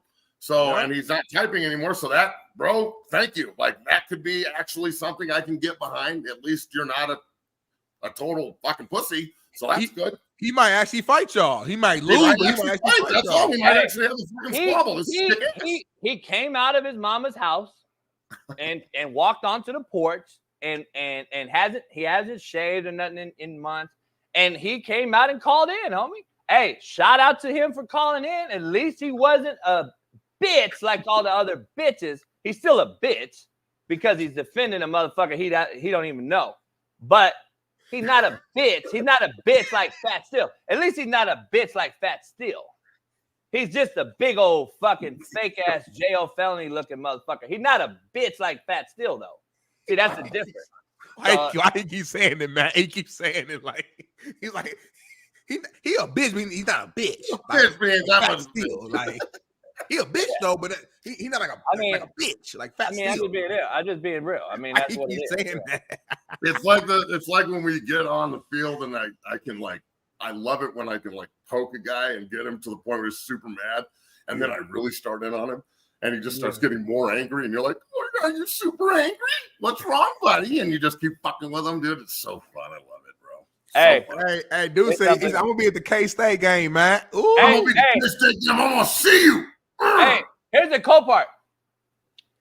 I don't know who that guy is that just called in, right? We've never met him. Don't know who he is. That's my point. So we don't know who he is. Never had a problem or met the guy or ever had even a dialogue with the guy. He is so mad at us for having a show talking about the show. Hey, that was Fat Steel apparently. So hey, high five. I still said that was me, dummy. I thought that was. Yeah. Why was your name Chuck then? Yeah, Charlie. I'm confused as hell now. Well, whatever. High five, Fat Steel. Thanks for coming on the show. Fat Steel, that was you, but you're now named Chuck. Or maybe he got a phone and a tablet. He's on 2 ways. It's big perm. It's big worm. Big perm. I'm lost here now. Anyway, but let me get this clear. Let me get it clear. So Fat Steel never met me, don't know me, don't know any of us. He's mad at us for having a show and an opinion. He's so mad that he wants to go at us for what again? I really don't even know. I don't know. Like, why are we arguing right now? That's what I'm saying. That's why motherfucker gets smoked every day. Why are we after we fight when CU scores, can we high five? But this is why cats be getting smoked every day in the hood. It's over dumb shit like this. This is the epitome of it. Like, this is what the fucking, like, motherfucker has no clue. He probably want to kick it with us and chill with us and be around us and have a good time if he really was a real one. Instead, he wants to go at us because we have an opinion about another motherfucking man he never will meet in his life. That shit is mind-blowing to me, homie. That's all. I just don't understand that part of it. I don't understand the total infatuation. It's like a bunch of Swifties. The prime sexuals are like Swifties, bro. If you say anything they don't like, it is on. And look, I understand. I appreciate your passion, but holy shit. Hey, the crazy part about it is he has a million opinions at the barbershop with the homies, though.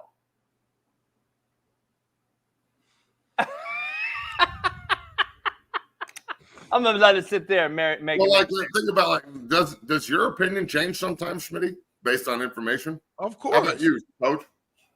Every day, every second. So that's all I'm saying is sometimes it should change.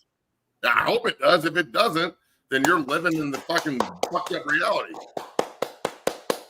Shout out Thank to you, Brett Maben, my homie Appreciate Brett, you, Brett. man. Appreciate you. That's a real one right there. Now that's a real one.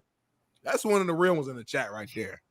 Yeah, that's the real one. Look, guys, if you're gonna keep threatening me with violence, you have to understand that, like, this is. I love this shit. I want to do it so bad. I'm not kidding. I don't want to fight with knives and guns and shit.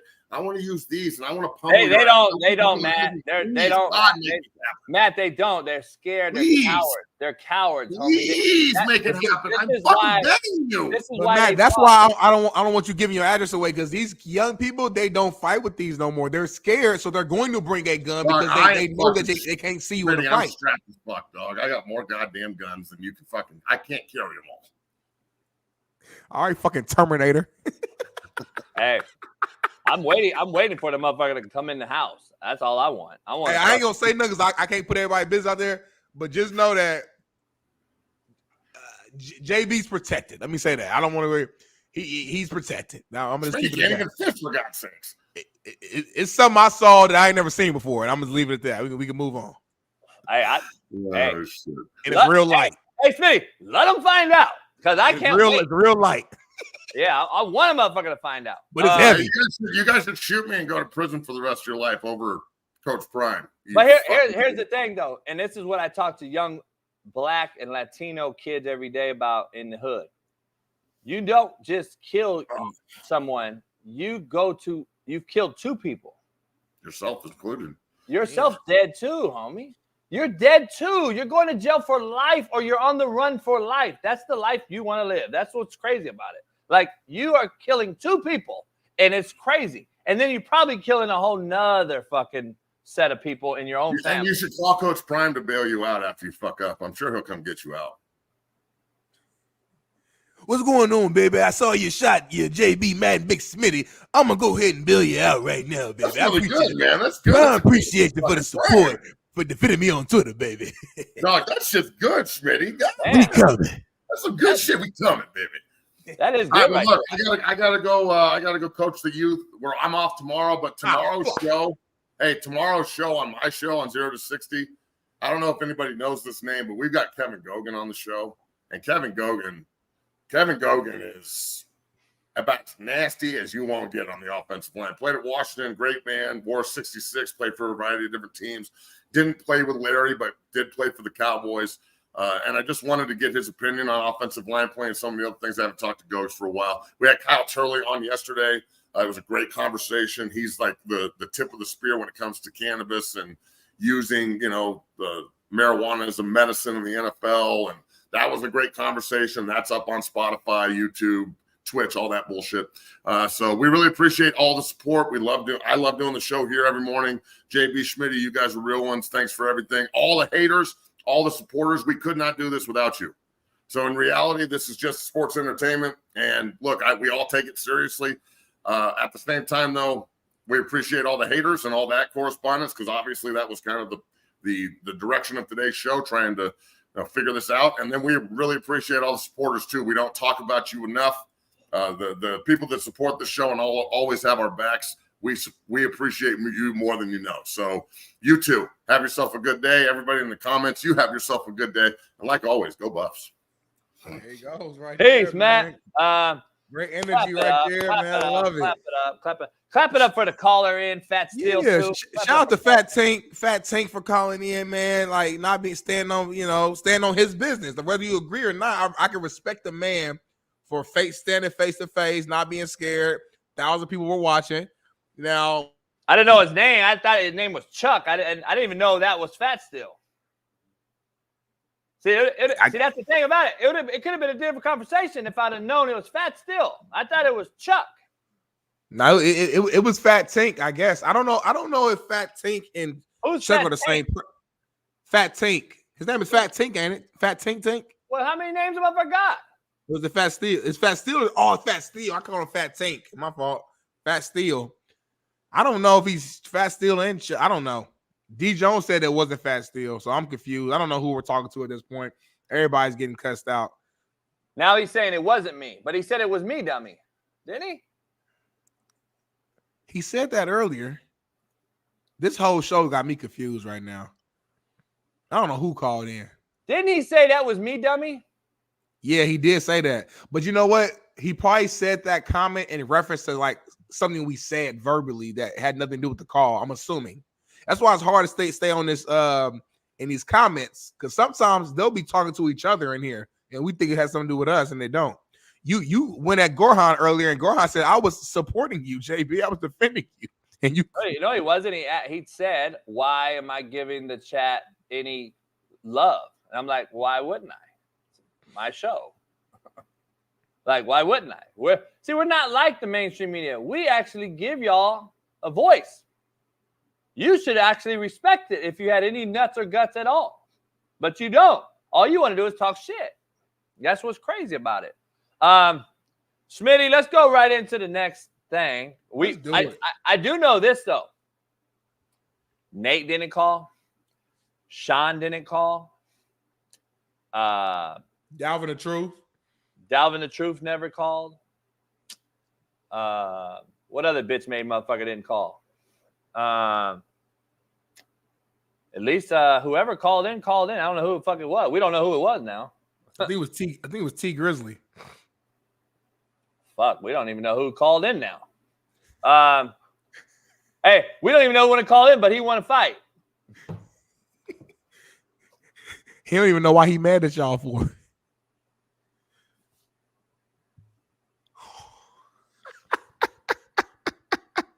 Is this Dalvin or is this Dalvin's publicist? Dalvin's not free right now. Can I take a message? Y'all hilarious, man. This is a funny ass chat. This is a funny world we live in. Hey, get Dalvin Truth on the show.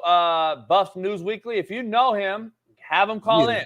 Have him come in the show. On a serious note, let's make it happen. Yeah, real shit. Have him come on the show right now and have a conversation. We'll have a legitimate conversation. No yelling back and forth so we can hear each other. And then have him call in. If you know him, or that's you, it's probably you, call in. We would love to.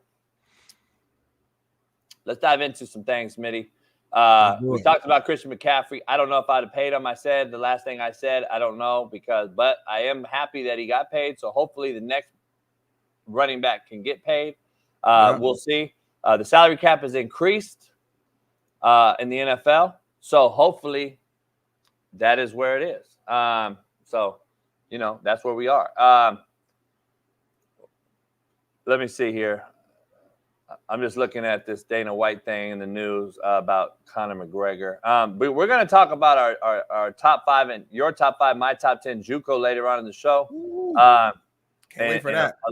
I'm glad you brought that topic up because that's a lot of that's a great one there.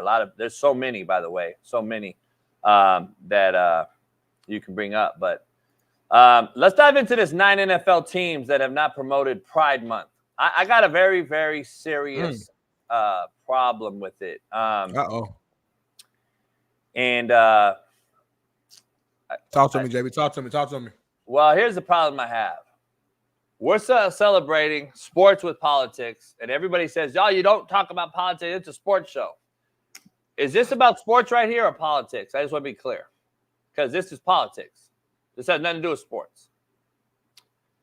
These 9 teams said we're not going to promote the Pride Month of June. The NHL, I put a story out yesterday on my Instagram story. The NHL said that we're going to promote Pride Month on all platforms in the NHL. And all I simply said on my Instagram story, by the way, which I got several lesbian women to respond to. And I'll share some of those with you. What I want to know, Smitty, how many gays do you think are playing hockey? I don't watch hockey, but I mean, if I had to guess, if there's any, it's like 1. If there's any. It could be somebody. How many gay motherfuckers is really out there playing hockey, homie? I haven't never met one or seen one. I'm trying to figure out, because last year, I don't know if you know this, Smitty, you don't follow hockey that much. I don't either, but I do remember when the Russians, which we know the Russians are against that type of shit, when the Russians all said, we're not promoting that shit and we won't play if you put it on the ice. And I don't know if you remember that last year. It was a big thing, and they almost boycotted and didn't play. Yeah. They've already come out this year and said it as well. why would a whole league promote it if the players aren't promoting it? And I'm trying to figure out, but that's my point, Smitty. Who is paying them then? If it's not politics, if it's not a sports show, if you can't talk about it, who's paying them then? Big brands. It's a deeper state issue. That's what I'm trying to say. And I wanted to segue that with this because kudos to the 9 teams that won't buy in. Because here's the issue I have, Smitty. We're promoting a month of June about a gay pride. And I don't care what you are. Like I said, I'm not a gay basher. I really don't give a fuck about what your denomination is, what your faith is, what your sex is. I have a problem when it comes to pushing it on other folks that aren't interested in it or pushing it on other folks like kids. Because if I went and pushed my narrative on you, you would fight it as well. So that's the problem I have. So it's okay for you to push your shit on me, but I can't push my shit on you, or I'm a hater, you want to cancel me, blah, blah, blah. I got 2 issues. Number 1, we have to celebrate Black History Month because to me it's sad that we have to promote a race that had no choice when they were born on what color, creed, or race they were. Right. You were born. You didn't get to choose. God, no, please paint me white. No choice. Right. Gay people are born and have a choice. They made a choice and a decision to be that way. Let's just be clear. So how the fuck are we promoting and celebrating one thing at an all-time cliff, and we have to give Black people a month to actually, to me, it's a backhanded compliment, and then we get 1 day, Smitty, to celebrate fucking Veterans Day? 1 day to celebrate the people that made this land what it once was, at least for that I remember? 1 day for veterans that are out here homeless on the streets, and we get a month to promote your ideology? I'm really lost, dog, on what this place has become, what we're turning into, and what we're pushing out here. I really don't understand it. I really don't. I don't get it. Mexican Americans get Cinco de Mayo 1 day. Gay gets. I posted a tweet months ago. Gays have put out they have 1 million days. Like they literally have 1 million different days they bring up, like Trans Day. Pronoun Day. And I'm not lying. I brought it up. I'm not even lying. They brought up just a bunch of shit that's crazy to me. And I'm like, we got Veterans Days 1 day. 4th of July is 1 day, right? Yeah, it's 1 day. 4th of July, homie. Only argument, I guess, not even an argument, just our holidays though, like Cinco de Mayo, 4th of July, Christmas, or even these are huge holidays, national holidays. Everybody's off. At the end of the day, if you're not part of this community, I don't know none of their days. I don't know what they got. It's not exactly. And then, but that's what they push it on you. They push it on us. Right. You know the thing about it is, all these gay cats downgrade the straight heterosexual, but they were born from a heterosexual. It blows my mind. You were literally nutted out by a straight man, and a woman who conceived you was a straight woman, and they had you. And then you made a point to be gay. You made a choice to be gay. It blows my mind, homie. It really does. I don't understand it. I want to do a make it make sense real quick. Bailey, drop my theme music. It's time to make it make sense. I can't wait till we get it. Without a doubt, it's Compton in the house. Without a doubt, it's Compton in the house. Straight out of Compton. Smitty, I'm gonna make it make sense. I want to make sense. How ironic is it, Smitty? And I want to ask you guys, and I want to make it make sense because I don't know if anyone's really talking about this. And I mentioned this subtly a couple weeks back. I want to ask everybody in the chat and everybody out there, how How many Biden-Harris signs, flags, and campaign ads have you seen on the road, on the street, in front of buildings, in windows? I want to ask you, when is the last time you've seen a Biden-Harris promotion, campaign ad, or signature signage anywhere? Because my brother just drove from Montana to here and back, and he said he has not seen one. He's seen Trump flags everywhere. He sees Trump this, Trump that. We have not seen one Biden-Harris sign anywhere in America, not even in Democratic left blue California. Why? And I want to make it make sense.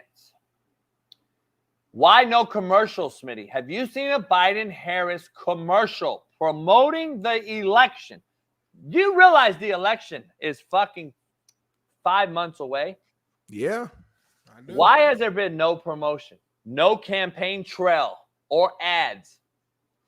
I'm worried, Smitty, and I'm not worried because I care about who the fuck is elected. I'm worried that it is again some sort of sabotage or setup as to why we're not seeing anything. Someone knows something we don't. Because if I haven't seen any campaign ads or any promotion for presidency like I've seen my entire life, this is the heart and soul of it right now. This is the time they're pushing ad sponsors, money, blah, blah, blah.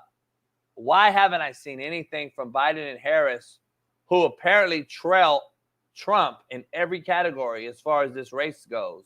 I haven't seen any promotion by this Biden Harris, and I haven't seen any support for Biden and Harris. I haven't. And I haven't seen one person in the chat say they have yet. And you haven't.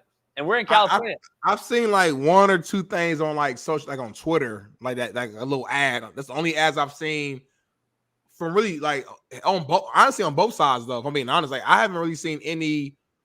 When I watch TV and watching Hulu and stuff like that, I don't ever see any like ads for Trump or Biden on TV. I see a few on social media. I just think it's weird, dog. I think it's weird that we're this close to a presidency and we haven't seen anything. It's either, here's my conspiracy that no one likes. It's either A, they already know and it's already set who's the president, which is a scary thought. B, they know we will not have an election. And when I say we won't have an election, Smitty, and I'm not clowning you, I'm asking you, do you know what that means? Are you saying like it's going to be because of the war? If we're in war, there will be no election. So do we know something that the public doesn't? Is it already set in stone? Because I haven't seen any presidential campaigning. It's scary, homie. It's scary, not because of why or what. It's the act that's scary. You don't think it's a part of this could be that just there's a different means of promotion nowadays? Like I said, I have seen a few. I don't know if you've seen. I've seen a few ads on like Twitter and social media, and but like I just feel like, where is it? Where is it? Like on something on my Twitter feed. If I'm scrolling, it'll say ad, and it'll just be a video that has like fucking 12 million views. Sometimes I'll see like Mr. Beast will have an ad video, or it'll be something, politician wise on my feed. Again, it's not a lot of them still, but I will see that sometimes. So I'm thinking maybe it's more so they're using those platforms more versus like the TV. But even then, to your point, it's not at a high clip because, like you said, you're not seeing it. People in the chat aren't seeing it either. So but like here's the thing about it. Like if we don't see no support of this group and administration and Biden and Harris, we don't see any support. All you see is Trump, Trump, Trump, Trump, Trump everywhere. Even in California, I see nothing but Trump driving around. Like, let's be honest, Arizona is just straight Trump, but yet it's a blue state supposedly. And Texas, damn well is all Trump. We don't see Biden or Harris anywhere. How are you expecting to be the winner? Like, I'm just trying to figure out how that works. Like, to me, I've already talked about Biden going from $5 million worth to $110 million net worth. Mm-hmm. And that screams to me as if, okay, well, somebody's supporting it and he's making money and he's pocketing money. And we already know about his son, and we know about the laptop. We know about the videos we've seen with him snorting coke off prostitutes. And this guy's the president's son, and he's in the White House all the time.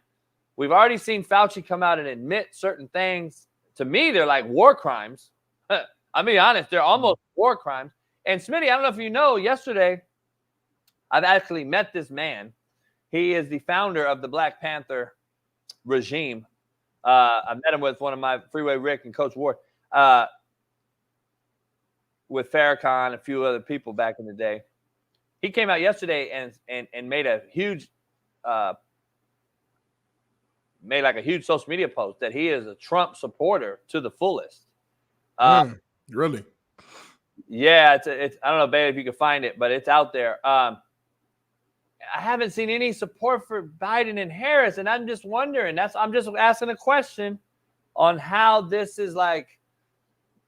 First of all, how one thing isn't crimes versus humanity, because I'm still pissed off about my thing I started with yesterday about I can't smell. My mom couldn't see her husband die in the hospital. We've seen millions of people that we know couldn't have their last say with their loved ones as they passed away. I just don't know how this works out. I don't know how. It's a scary thought. It's a scary thought. Whether are we going to have, and Joe Accord said, "Oh, great, we're going to war now." Joe, I'm sorry to tell you this. We've been at war, homie. We are in war. Whether you've declared it or not, we have been at war. We're fighting wars from every front on this country, and we're fighting a war right now inside our own country versus our own people. Like, let's be real. And I don't know if you've heard about this, but Mexico just appointed a female left-winged LGBTQ president. Really? Mexico. That just happened? Just happened yesterday. Cisco, I know you're in the chat. What does that tell you? And now people are coming out with another conspiracy that I can't wait to ask Jeff about, because Jeff knows about this Mexico cartel stuff more than most people. They made this woman a president, and now people are coming out saying she's a CIA plant. But And see, my only thing with conspiracies, though, That's like, her, Smitty. That's the new president in Mexico. but when people say like she a CIA plant, like where are they getting that from? Number two is like, if she was a CIA plant, you think the CIA is gonna let that information leak? The CIA gonna let it leak to the point to where Nasty Nate 123 on Twitter has the information? How the fuck Nasty Nate 123 found out that she's a CIA plant? That's my only thing when it comes to some of this stuff, where it's like, I'm with you, JB. You said this yesterday. I don't believe every single thing is just thrown at me, but I also don't believe everything's a conspiracy. I think there's a lot of room in the middle, but at the same time, some of these little conspiracies just be like just grabbed from the air, though. Like, you can't just, not you, in general speaking, you can't just say fucking CIA plant. Off what merit? Off what knowledge? Who told you? Where are you getting that from? Are you just guessing that? Like, that's my only problem with people who bring up stuff like that. I don't know if you've been seeing it or not. This is not a conspiracy. It's fact. Have you seen the politicians that have been getting killed off in Mexico by a cartel? I've heard a few of the stories, yes. And I talked to some folks yesterday in our armed forces. Apparently, the rumor is from American side that she's not even Mexican. She's not even Mexican. They say that they don't even really know what she is. She's not even Mexican. So I've heard Jewish, I've heard Italian, I've heard all kind of different things. But apparently, some folks and even some Mexican folks I talked to said she's not Mexican. So she damn near she can fall under Mexican. Look at her. She can fall under also Middle Eastern. She can also fall under being Jewish. I don't know, just looking at her. A lot of folks look certain ways that aren't that, though. Let's be honest. I don't know what she is, but it's wild, homie. This is a wild little situation. It's not just here. If you look around the world right now, what's going on is wild. And I, like you said, I can't answer it. I don't even try to. All I'm bringing it up is bringing up the topic and the point. Yeah, for sure. These and things. to answer the chat, like, listen, I'm not saying it's impossible to happen. I'm not saying it's not happening. I'm not saying it never happened. I never said any of those words. All I'm saying is we tend to just put a lot of stuff out on Twitter, Instagram, social media, whatever, and say it as if it is a guaranteed fact without literal proof that it's a fact. That's my only thing is. And when you put out certain things that are at a certain level of seriousness, me personally, I like to have facts behind it. I don't like to have rumors. I don't like to have, well, look at the history. It happened before. Or, I mean, listen, it makes sense. I saw Max said, well, you ever heard of piecing things together? Yeah, like, come on, bro. Like, I'm not an idiot. I'm just saying, like, don't none of y'all have any level of power to where y'all would even have that information thrown at y'all. Respectfully, I don't either. But none of y'all do. So when you put things out as like facts, then it's just like, bro, like you're just saying that though. So now if you say, hey, my opinion is this, that's one thing. But when someone disagrees, or not even disagrees, someone like myself just counters what you're saying, don't come at me as if like, oh, you're just a fucking idiot. You're dumb as hell. You don't like, what are you talking about? Like, how do you know you're right? Like, how do you know for a fact that you are right about all this conspiracy shit that's going on? You don't. There's literally no way to know that.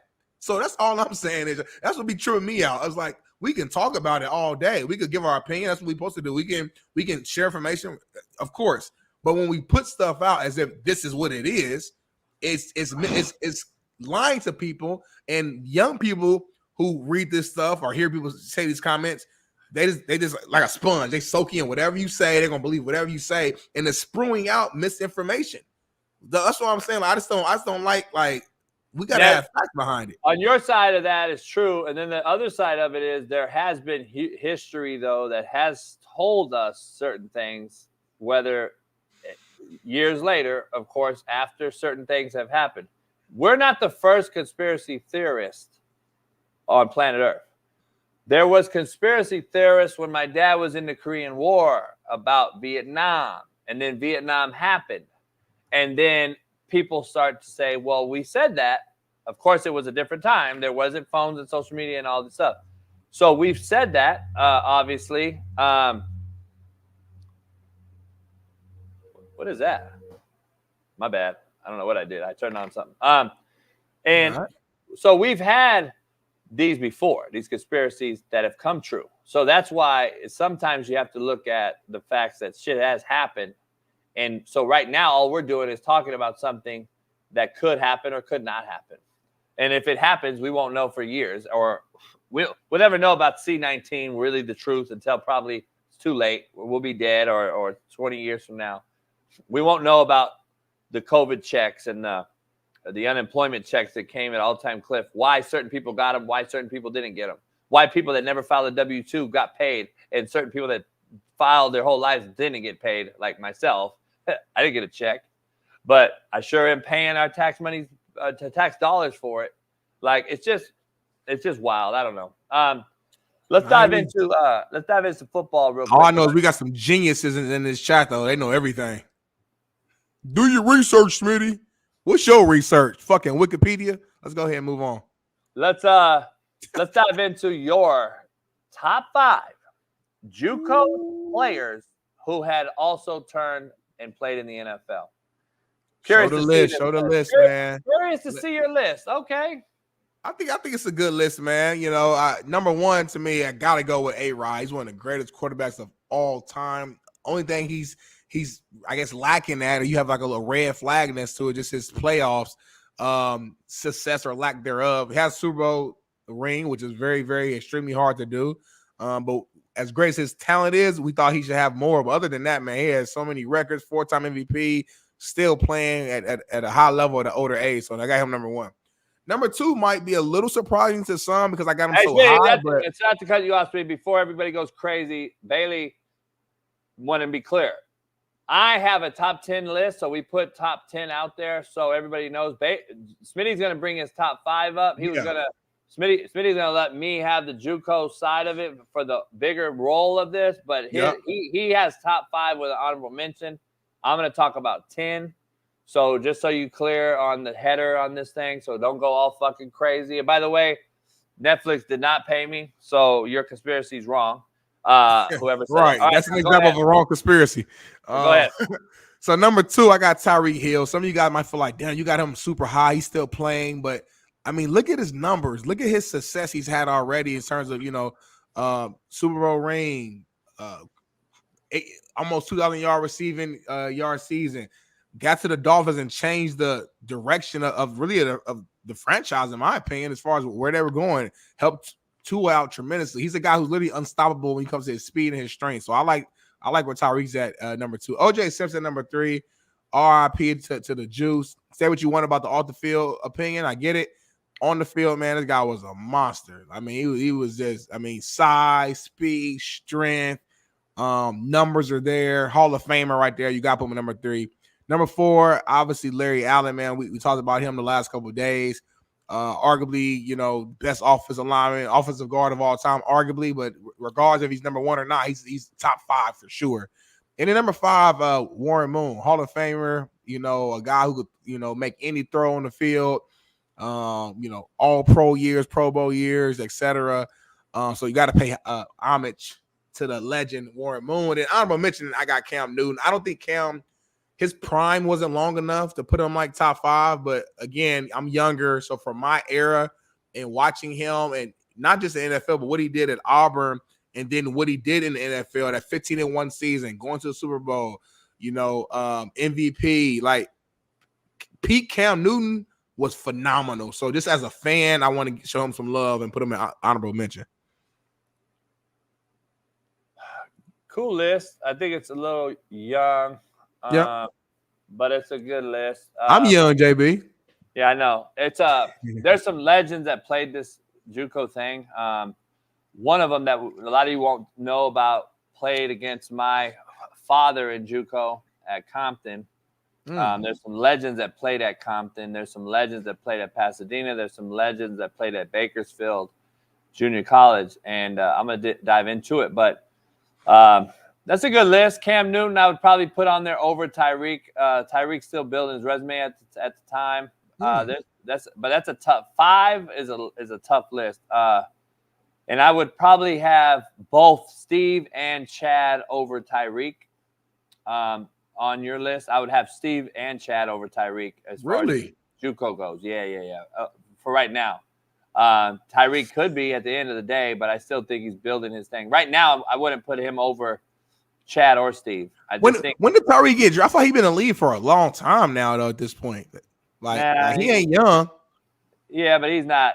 I just don't see 2016. So it's what, year 8? Like he's going got into Super Bowl year ring. he's going into year 8. Got ring, got number. I hear you though. I love Chad. Steve. Those are legends too. So I ain't no disrespect at all. Let's bring in my top 10, Bailey. And I also have a coach that's a JUCO guy that's going to be on here. So I'm going to start at 10. Levante David played at Fort Scott Community College for my nemesis, Coach Jeff Sims. He played there with Jason Pierre-Paul, same school, Fort Scott Community College. Jason Pierre-Paul was considered by me to be on this list.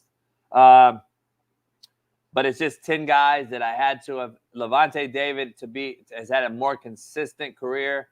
So I have Levante right over Jason Pierre-Paul, who I also that's a really good dude too. I had a chance to interview him a couple years ago. Humble as hell, crazy backstory, lost some family, kind of younger, but that's a humble cat right there. I recruited Jason Pierre-Paul to come out to California. He ended up not liking the situation that we had because it was a rebuild. He ended up going to college at a Canyon. So anyone that doesn't know the history of Jason Pierre-Paul, I recruited him. He came out here. We had an issue in a housing situation. He went to College of the Canyons, which is out in Santa Clarita near Magic Mountain, and played there and was ineligible. And then Sims got a hold of him and brought him out to Fort Scott Community College in Kansas. They ended up playing Cam Newton at Blinn for the national championship, and Cam Newton won the game on a punt return, just contrary to everyone's belief. That is how Blinn beat Fort Scott in the JUCO national title that year. So throwing that out there. Number 9, I have Tyreek Hill. Played at Garden City. The year I came in at Garden City, he left. Went to Oklahoma State, got in trouble. Went to Northern Alabama, got in trouble. And he's such an elite talent. We can question his character, but talent-wise, this is what the list is. Chad Johnson, Ocho Cinco now you call him. Played against him in JUCO, Santa Monica Junior College. And I'm very mad at myself because I left someone off the list that... I know, I just thought about it too. Who are you thinking of? Who you thinking of? 1, 2, 3. TJ Usmalata? No, I wouldn't have him on my top 10. He was great, but no, there's 2 other guys that I would have had on here that I did have. Let me talk about those 2 real quick. Keyshawn Johnson. Ooh. And Isaac Bruce. Ooh. So, Isaac Bruce went to JUCO? Santa Monica. Damn. Yeah. By the way, just so we're clear, I want to give you some context on this stuff.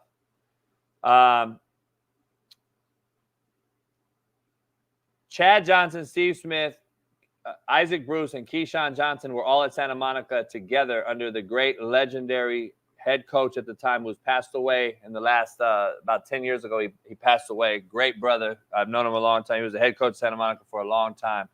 He had the best. I mean, obviously, you had all 4 of these guys at your school at one point, but you had Isaac Bruce and Keyshawn at the school at the same time. What happened was those 2 looked at each other and said, "There's not enough balls to go around." So Keyshawn left and went to West LA Junior College, where Warren Moon played, but later on. So Keyshawn went to West LA. I was at the game when Keyshawn played Santa Monica. It was Isaac Bruce versus Keyshawn. Keyshawn caught a touchdown and ran through the tunnel. On the way to the tunnel, he grabbed a hot dog from the vendor and ate the hot dog, went in the tunnel, came back out. That's JUCO as it gets. There's another person named Frank Gifford who played against my father at Bakersfield Junior College. Frank Gifford's a legend, obviously, as an announcer later on. Played for the Chiefs, Super Bowl champion quarterback. I would probably have moved him in the mix as well. Frank Gifford, Keyshawn, and Isaac Bruce are 3 other guys. This is a 10 list, though, and we're talking JUCO to the NFL. So I'm just giving you a whole history lesson here on these guys. Yeah. Mike Anderson, if you don't know who he is, did he have the greatest NFL career? Probably not, but he did have a hell of a career with the Broncos. He played at Mount San Jacinto Junior College, right up the street here. Was a Marine base plant who was at 29 Palms Marine Base out here in California, and he ended up going to Mount San Jacinto Junior College. He was a load. If anyone knows who Mike Anderson is, go check him out and see who he is. Walter Jones is another guy that I would have on the list, possibly over Levante, one of the greatest tackles of all time. Played at the Mississippi JUCOs. So there's a lot of guys that are left off this list, but this is the most relevant list that I would like to bring up, and that's why I'm putting this out there. Mike Anderson is someone you probably don't know who he is. I would probably bump him off the list for a Walter Jones, Frank Gifford, Isaac Bruce, and Keyshawn. But Mike Anderson was a phenomenal guy, getting to watch him. There's another guy that no one wants to talk about by the name of George Jones, who played at Bakersfield Junior College as well, played for San Diego State, broke all of Marshall Faulk's records there. And then you also have a guy named Alvin Kamara and Cordell Patterson, who you both know, that you guys all know now, played at Hutchinson Community College in Kansas. They're both still relevant playing. I don't know if I would have had those guys on there right now yet, but Cordell and Alvin Kamara both are also JUCO guys. So there's a lot of guys. I'm just throwing you out there. There's a lot of guys. Steve Smith, obviously, played at Santa Monica as well against us in college, in junior college. Corey Dillon is another guy that was a phenomenal player that played at Garden City for my former coach, Jeff Liker. So I've heard a lot of stories about his time at Garden City. I heard stories. So I heard he was a little crazy right there, but like, yeah, he was really crazy. Roger Staubach. Roger Staubach's just a name that everyone's going to be synonymous with. Roger Staubach was phenomenal, Super Bowl winning quarterback. Larry Allen, we just talked about, passed away. Warren Moon is a top 5 ball spinner of all time, along with Aaron Rodgers. And I got to have the juice just because of the juice. I think it's very underrated. Not only what he did there, SC, and then NFL.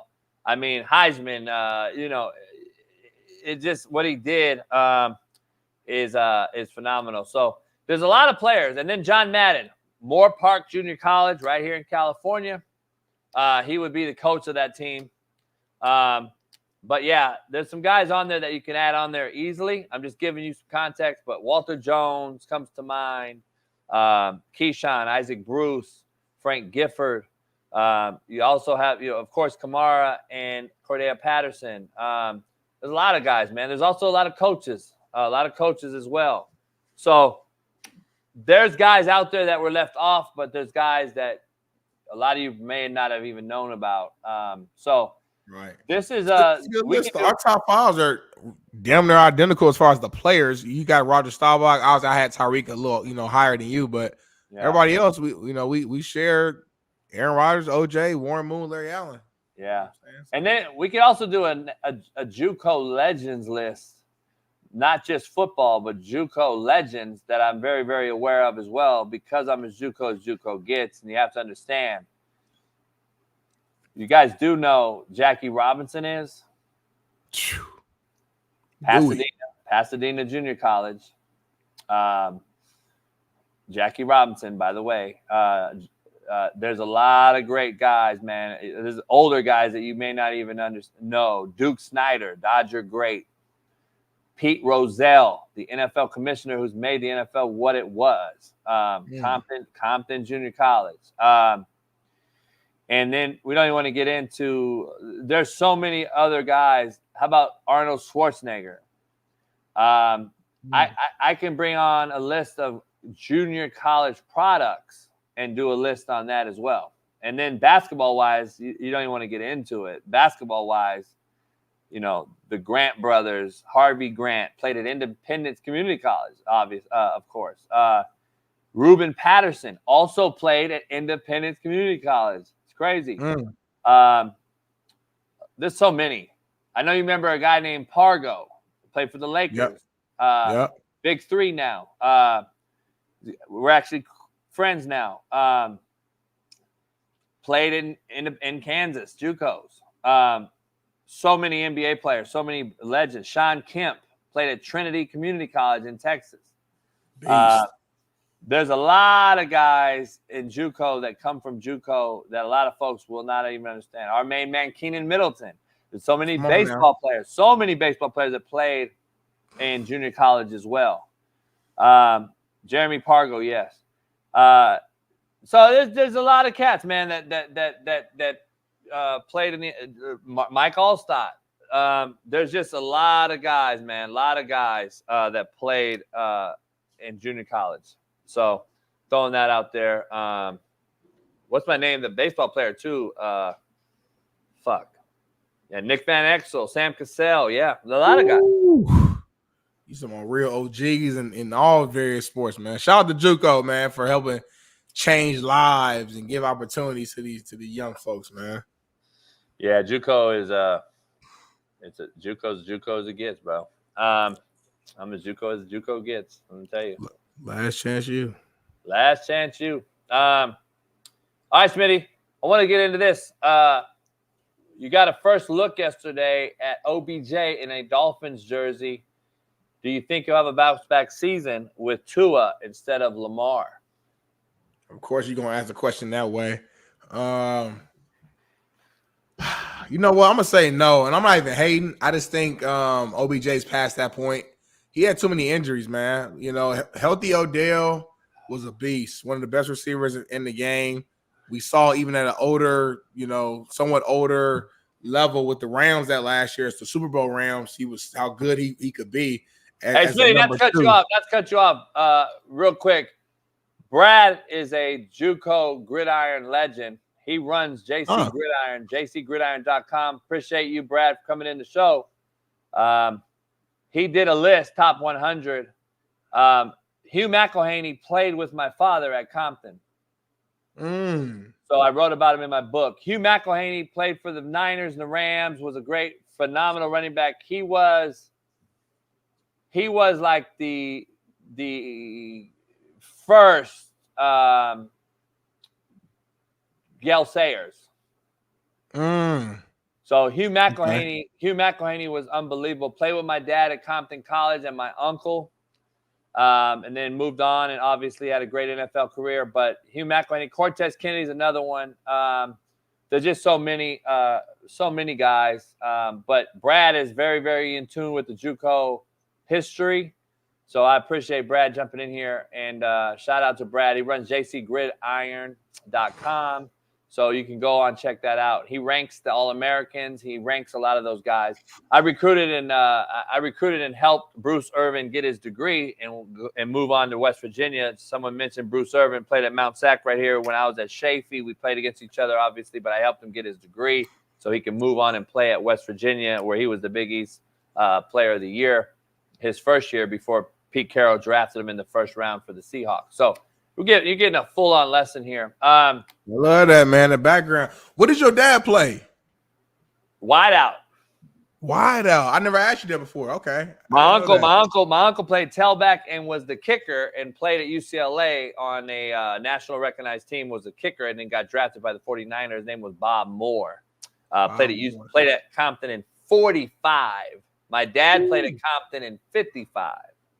Got you. Damn, that's dope. So back in the day, people don't realize either, Compton College still, I believe, has the most national championships in JUCO. I'm not sure, Brad, if that's right or not anymore. But Compton used to be the premier power in the country and would play. Joe Perry also played with my father. Joe the Jet Perry was his name.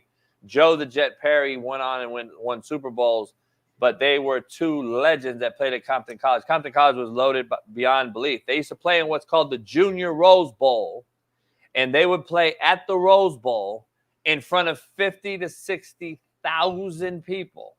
Damn. And by the way, history lesson, Compton College was so loaded and good, they would scrimmage the Los Angeles Rams.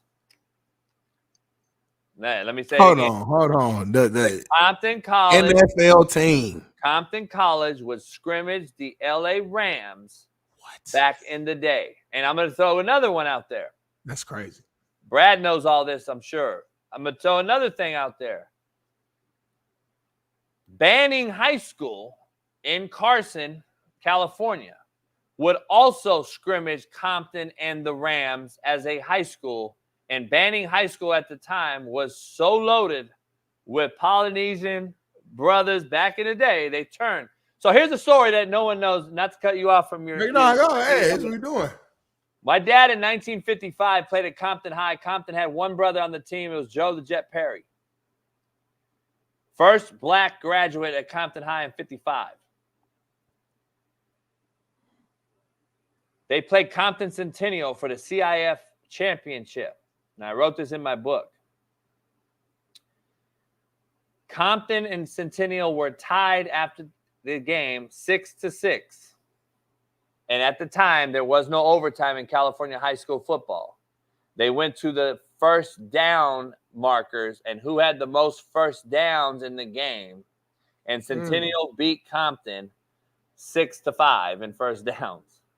And that's how they declared the winner. Now, the real story about this is this. A year prior, Compton Centennial, the home of Larry Allen, turned black. Compton Centennial had just turned black. This is 11 years prior to the Watts riots. Yeah. Compton Centennial turned black. Compton High was still white. And they played in what was one of the biggest, most hostile games in California state history in 1955. My dad was on that team as a senior. And that was kind of the trendsetter as to when Compton started to turn black. Because remember, Compton was the Beverly Hills of California at one time. It was a cow town that was very, very bougie, upscale, prominent, affluent neighborhood. Right. So Compton turned black around that time on the west side of Compton, where Centennial is, the home of Larry Allen, is when it turned black. Compton High on the east side of town was still white, and now you know the history from there. So, little history lesson on JUCO, and I could tell these stories forever because I'm well rooted in all this, but a lot of folks don't know about a lot of this stuff. But yeah, Hugh McElhaney, Joe the Jet Perry, my uncle Bob Moore, all played together. My dad played. Chad and Steve Smith, and also they played at Compton when I had Nate Turner, who played in the NFL as well. Chad and Steve were in Santa Monica for Coach Robert Taylor at the same time, but they also had a player, and you can argue the best player on that team was a guy named Michael Black, who went to Washington State. And they also had a kid who was named Al Tricky, who went to Verbum Day, who was a gangster and was probably, arguably, one of the best players in the state of California that year. Went to Verbum Day, named Al Tricky. He played there, and he actually is who beat us. We locked Chad down and Steve that game with our two Florida corners. And one of them was named Shaun Dilworth, who's a buddy of mine who's still on social media. He locked Chad down, and they were cousins from Miami. They were You cousins. told me that a while back. Yeah, they were cousins, and Chad had one cover two beating catch in the hole for like a 19-yard gain. And then I threw for like 450 that game. We lost on a kickoff return by Al Tricky. Damn. In that game. Yeah, we lost that game on a kickoff return to Santa Monica. And then Chad went to Oregon State on a 1-for-1. Steve went to Utah, played 2. And then TJ Houshmandzadeh was at Cerritos College at the same time. TJ went with Chad to Oregon State. Both were 1-for-1s and ended up going to the Bengals. So you got JUCO together, played against each other, and TJ and Chad. Chad and Steve played together at Santa Monica. Yeah. Chad goes to Oregon State with TJ from Cerritos College. Steve goes to Utah with another buddy of mine named Phil Blackman, who was later my offensive lineman in the Arena League, who's now one of the biggest armed bodyguards for celebrities in the country. Phil Blackman, he protects Cube, Mac 10. I mean, he's done it all. Snoop. And then he played at Utah when they beat Pete Carroll in SC first year. Pete Carroll was there. Utah beat him in a bowl game. Utah wasn't in the Pac-12 then, or Pac-10. They wasn't even Pac-10. Utah was Mountain West. So you're getting a full history lesson here on this whole thing. So, and then Keyshawn played at West LA, and then Isaac Bruce also played at Santa Monica before Chad and Steve, before me. Isaac's older. But yeah. Yeah, exactly. I brought up John Madden, Brad. I brought up Jackie Robinson. John Randall as well. John Randall, yeah. All right, so OBJ education, y'all. Headed over to Miami. I think he's cooked. And that's just what I think. So, yeah, I think he's there as like a veteran presence, like a Udonis Haslam with the Heat type of vibe. I wouldn't expect too much, just a veteran presence who could probably catch a few passes throughout the year, but I think he's kind of past that point now. We'll see though. Yeah, I don't know. We'll see. He shocked us before, but I just think it's just tough. It's even last year he was hurt multiple times, didn't really get in a groove like that with Lamar. It was a long season for him. So and the Wayne or whatever your name is about Chad Johnson being in JUCO 3 years, that's not true. Here's the truth. You want to know the truth again? Chad could have went D2. A lot of us had clock issues. Chad had a clock issue. TJ had a clock issue, meaning that we started our clock academically 3 years prior, and you only get, like I said on the show, 10 semesters or 5 years of Division I clock. Chad had an opportunity to go D1 for 1 or D2 for 2. And it was a conversation because we all used to talk at that time. The conversation was like, damn, do I go D1 for 1? I was a quarterback. It was a lot harder for me to go 1 for 1 and go to the league than it would be a wideout. TJ and Chad made the decision to go 1 for 1 to Oregon State, who needed wideouts bad for Dennis Erickson and Mike Riley. He goes there and 1 for 1 balled out because they needed wideouts. I had to go win the job for 1 at a Division I and start ball the fuck out to get drafted at quarterback would have been a lot harder to do. So I went D2 because I already had went D1. I already went to New Mexico with Brian Urlacher. Really? Yeah, Brian and I talked. Brian was my host. So what? I didn't know that. Yeah, so then my clock was cooked for Rocky Long. Rocky Long and a good friend of mine, Lenny Rodriguez, was there. Rocky Long was the head coach, and I had to go D2 sight unseen, and I went to Fort Hays State in Kansas, played for Jeff Liker, who coached Peyton Manning at Tennessee. So yeah, it's a lot of history out there, but that's all in my book. So Chad went 1 for 1 and balled out and left. So that's kind of what the story was. Same with TJ. Both got drafted by another JUCO legend, and the story keeps going. The guy who vouched for Chad and Chad and TJ, who ended up being their receiver coach for the Bengals. Yeah, is one of my best friends in this world, who is the head coach right now at Ventura Junior College, by the name of Coach Steve Muschhagen. So you can talk to TJ. I'm sure TJ will mention him. Chad mentions him all the time. You gotta do a JUCO documentary, I think, because JUCO has completely changed, and I don't think it'll go back just because of so many, transfer portal things like that. You got so much history and so many connects to the JUCO level. I've never seen an actual well put out JUCO documentary. That might be something that you can do. Yeah. And I'm comfortable saying it out loud because no one can do it the way you could do it and has the knowledge that you have. So that's why I'm saying it out loud. What's up, yeah. Coach Moose, we call him Moose. He's the head coach of Ventura. He coached Steve and Chad. TJ and Chad at Oregon State, and then he got the Bengals job and vouched for those guys. And the Bengals drafted TJ and Chad. So ain't that crazy? Crazy, huh? JUCO looked out for JUCO. Let me just tell you. And now Steve, or Coach Moose, is the head coach of Ventura, and he's got them as a national prominent program every single year. They play Riverside or who have you. They play for the state titles every year. So, So it's interesting. Documentary wouldn't be bad. You got to get a backer to do it. It would be great. There are a lot of guys in it that would be in it. Think about the guys that we could get in it. From Aaron That's what I'm saying. Aaron Rodgers' brother, who also played at Butte. Of course, Larry passed now, but there's so many legends that played. People you played with, people you played against, the coaches of course TJ he'll get in there easy. TJ might be the executive producer on it. He'll get Chad on it. Steve, oh my God. That might be the Holla at TJ. For real, that might be the one. TJ. Holla at TJ. We'll see. That could be. I could hit up Netflix.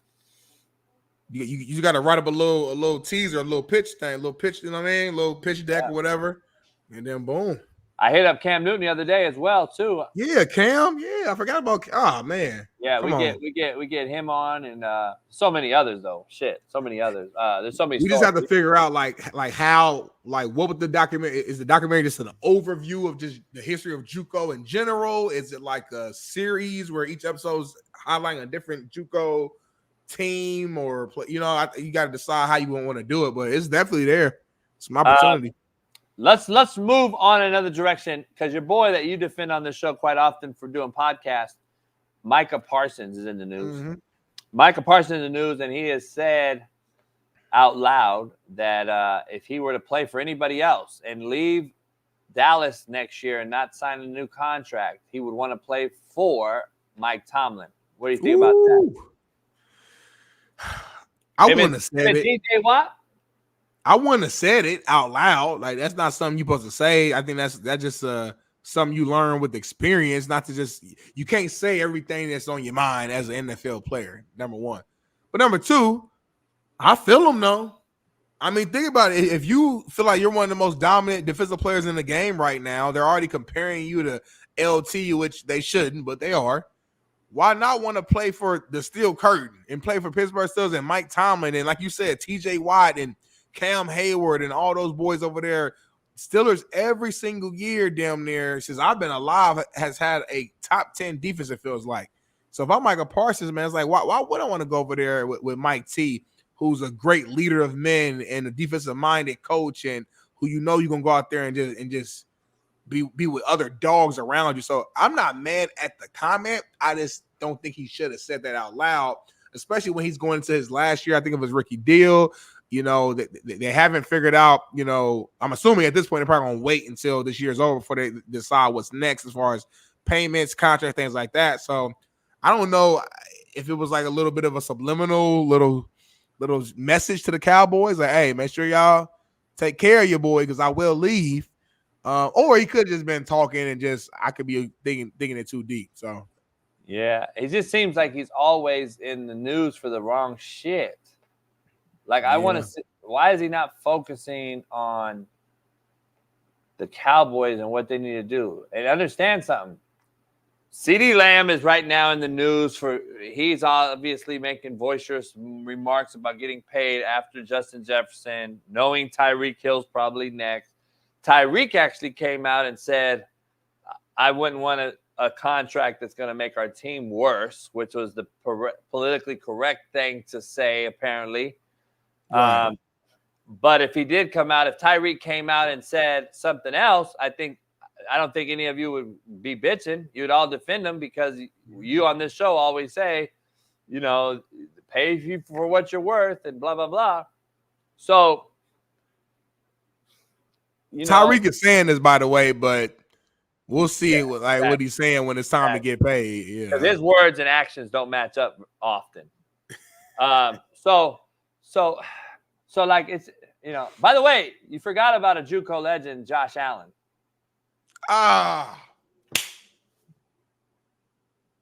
And I'm sure you would have put him on your list.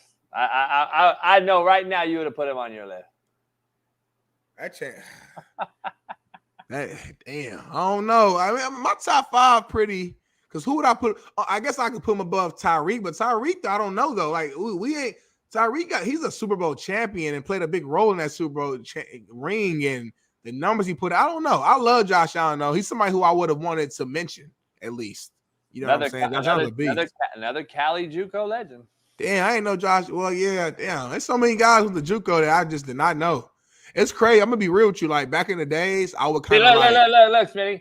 This is why a documentary could be valuable. Because look, motherfucker don't even know. Yeah, that's what I'm saying. Because I kind of forgot too. Because I'm gonna be real. It's like back in the day before I really like started to learn about JUCO more. You would hear JUCO, junior college, and kind of like, man, they dudes ain't like you just kind of felt they wasn't on your level. Just being honest. If I'm a D1 guy, I'm like, I ain't JUCO. But now, like, I want to do a study. I think I'm gonna do a study because at one point it was about 28% of the league. I want to do a study, the percentage of JUCO players that make it to the league that are Hall of Famers. Yeah. Versus it would be like a per capita type of an analytical data run that I have to do versus the D1 big school guys that go to the league and go to the Hall of Fame. Because I would bet dollars to dimes that JUCO per capita players that end up going to the league are at a higher cliff going to the Hall of Fame. I mean, just look at the players we just listed. Frank Gifford, John Madden. We're not even going to talk about other sports. Let's talk football. Josh Allen will be. Aaron Rodgers will be. Tyreek Hill will be. Chad Johnson, Steve Smith are on the cusp. A lot of people think. You have then you still got Kamara in the mix. What he can end up his career with, I don't know if he's that worthy, but he's really good. Cam Newton is on that list. Walter Jones is already. Larry Allen is already. There's Keyshawn Johnson's probably not getting in. There's a lot of guys, dog, that are JUCO guys that percentage-wise, per capita-wise, I would say JUCO players, because I would vote for Steve Smith as a Hall of Famer. Yeah, I would too. Steve Smith, I think he earned that.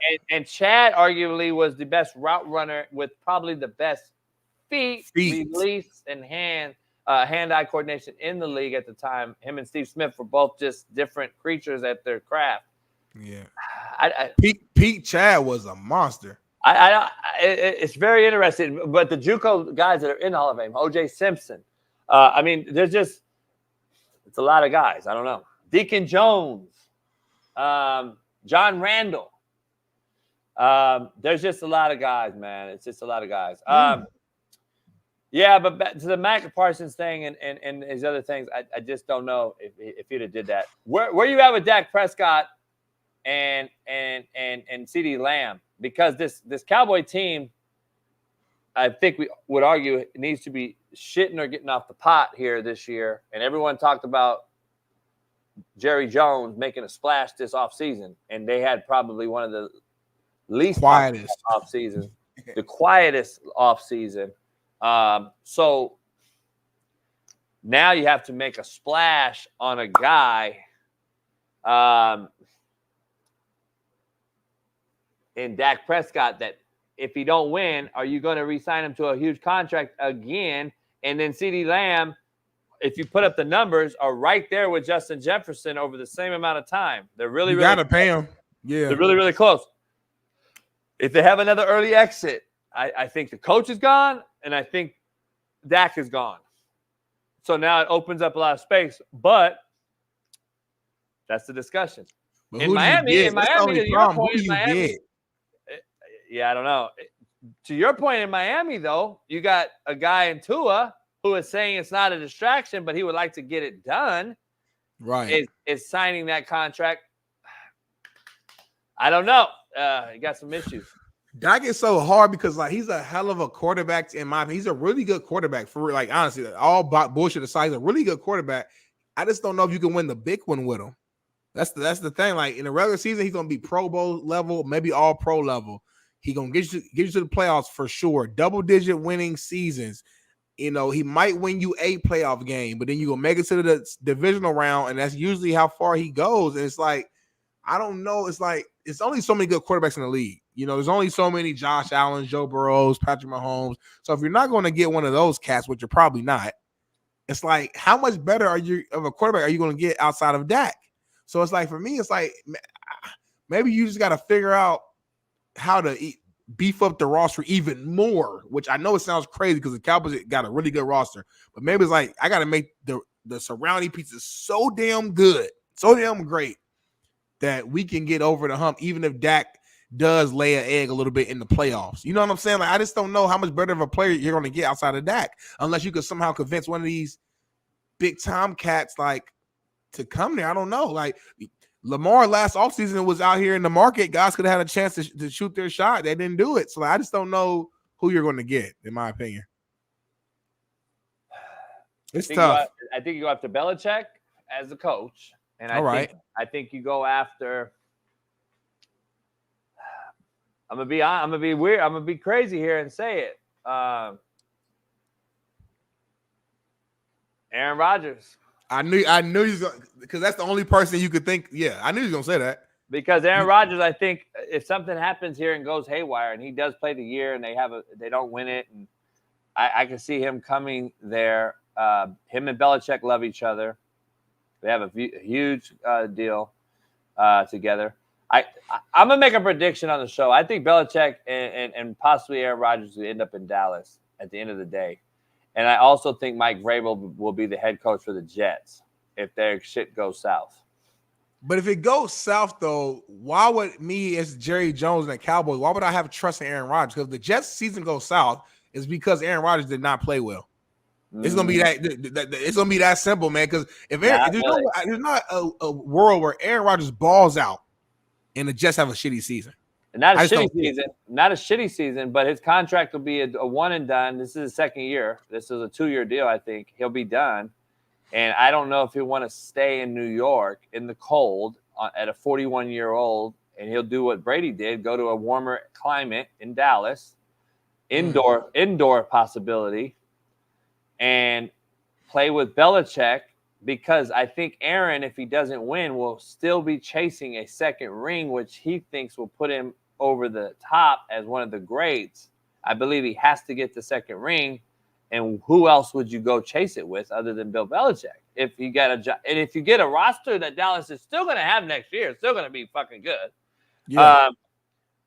To me, it makes sense. I think Vrabel's the guy that New York wants. He's the nutty, gutty, grimy guy. He's similar to what's going on in Detroit.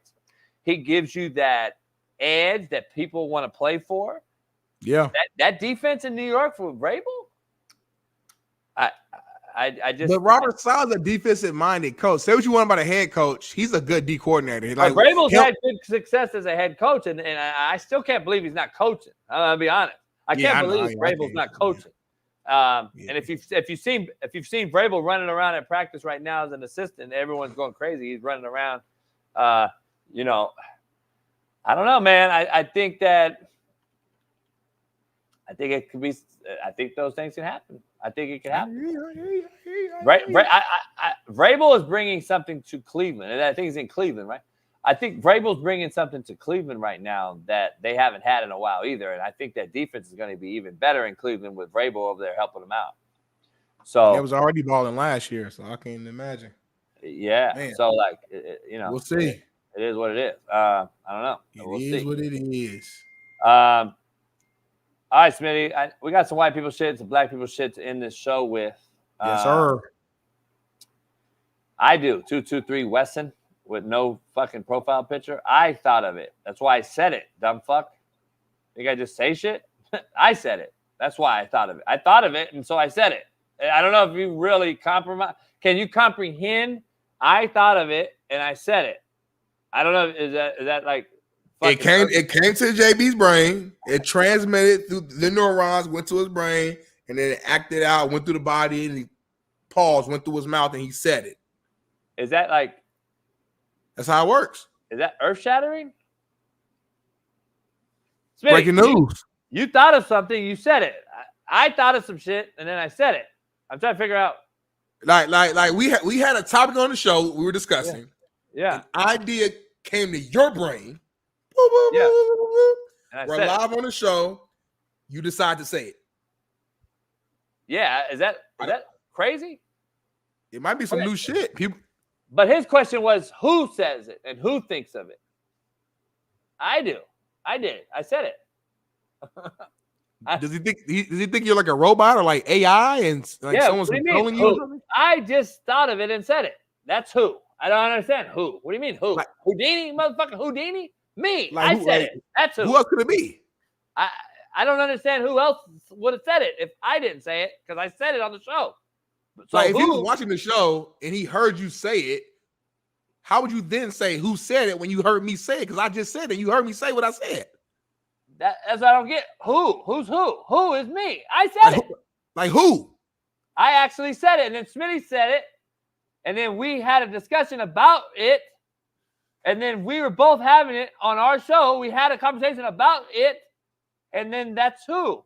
Like it happened right here. Like we saw and we heard it happen here. 3,000 people saw it happen and heard it. And it came from you. Spell Saul. S-A-W. L. Saul. L. You have an L on it. Saul. That's how I say it. Saul.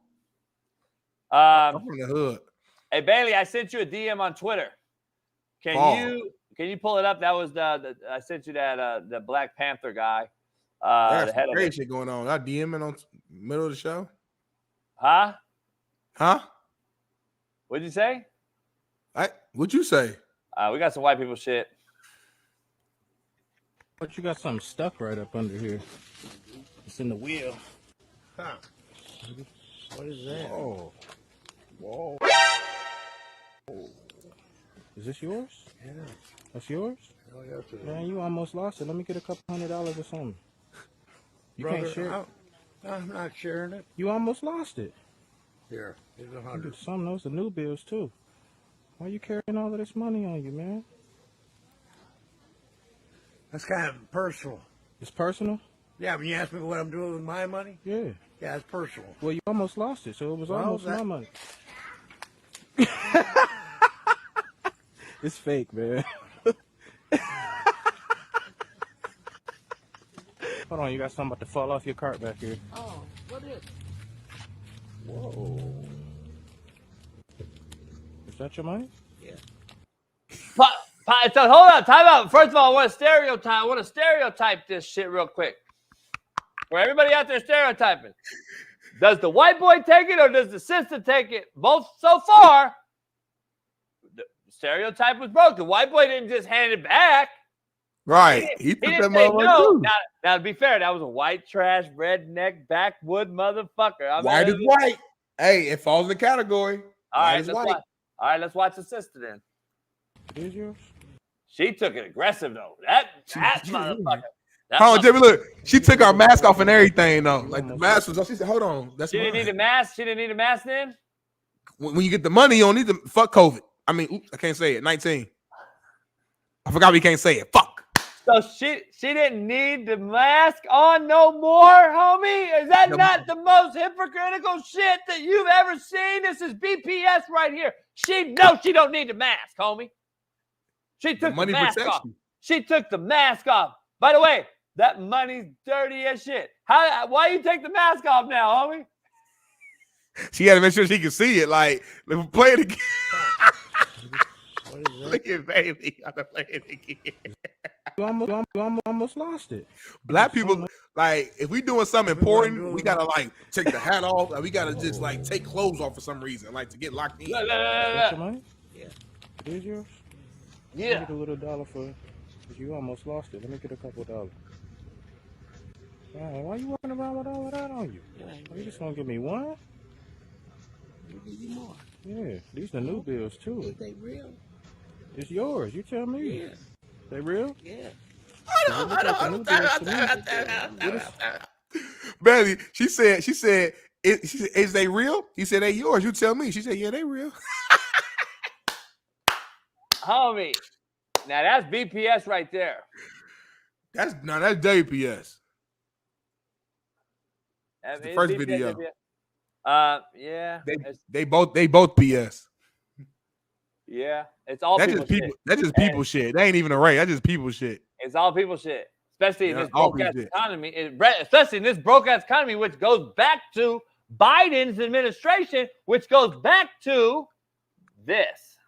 Miss David Hilliard, founding member of the Black Panther Party. I knew Trump when Trump was a college student in New York, and he supported the Black Panther Party. That's how I know Trump. What kind of person do you think Donald Trump is?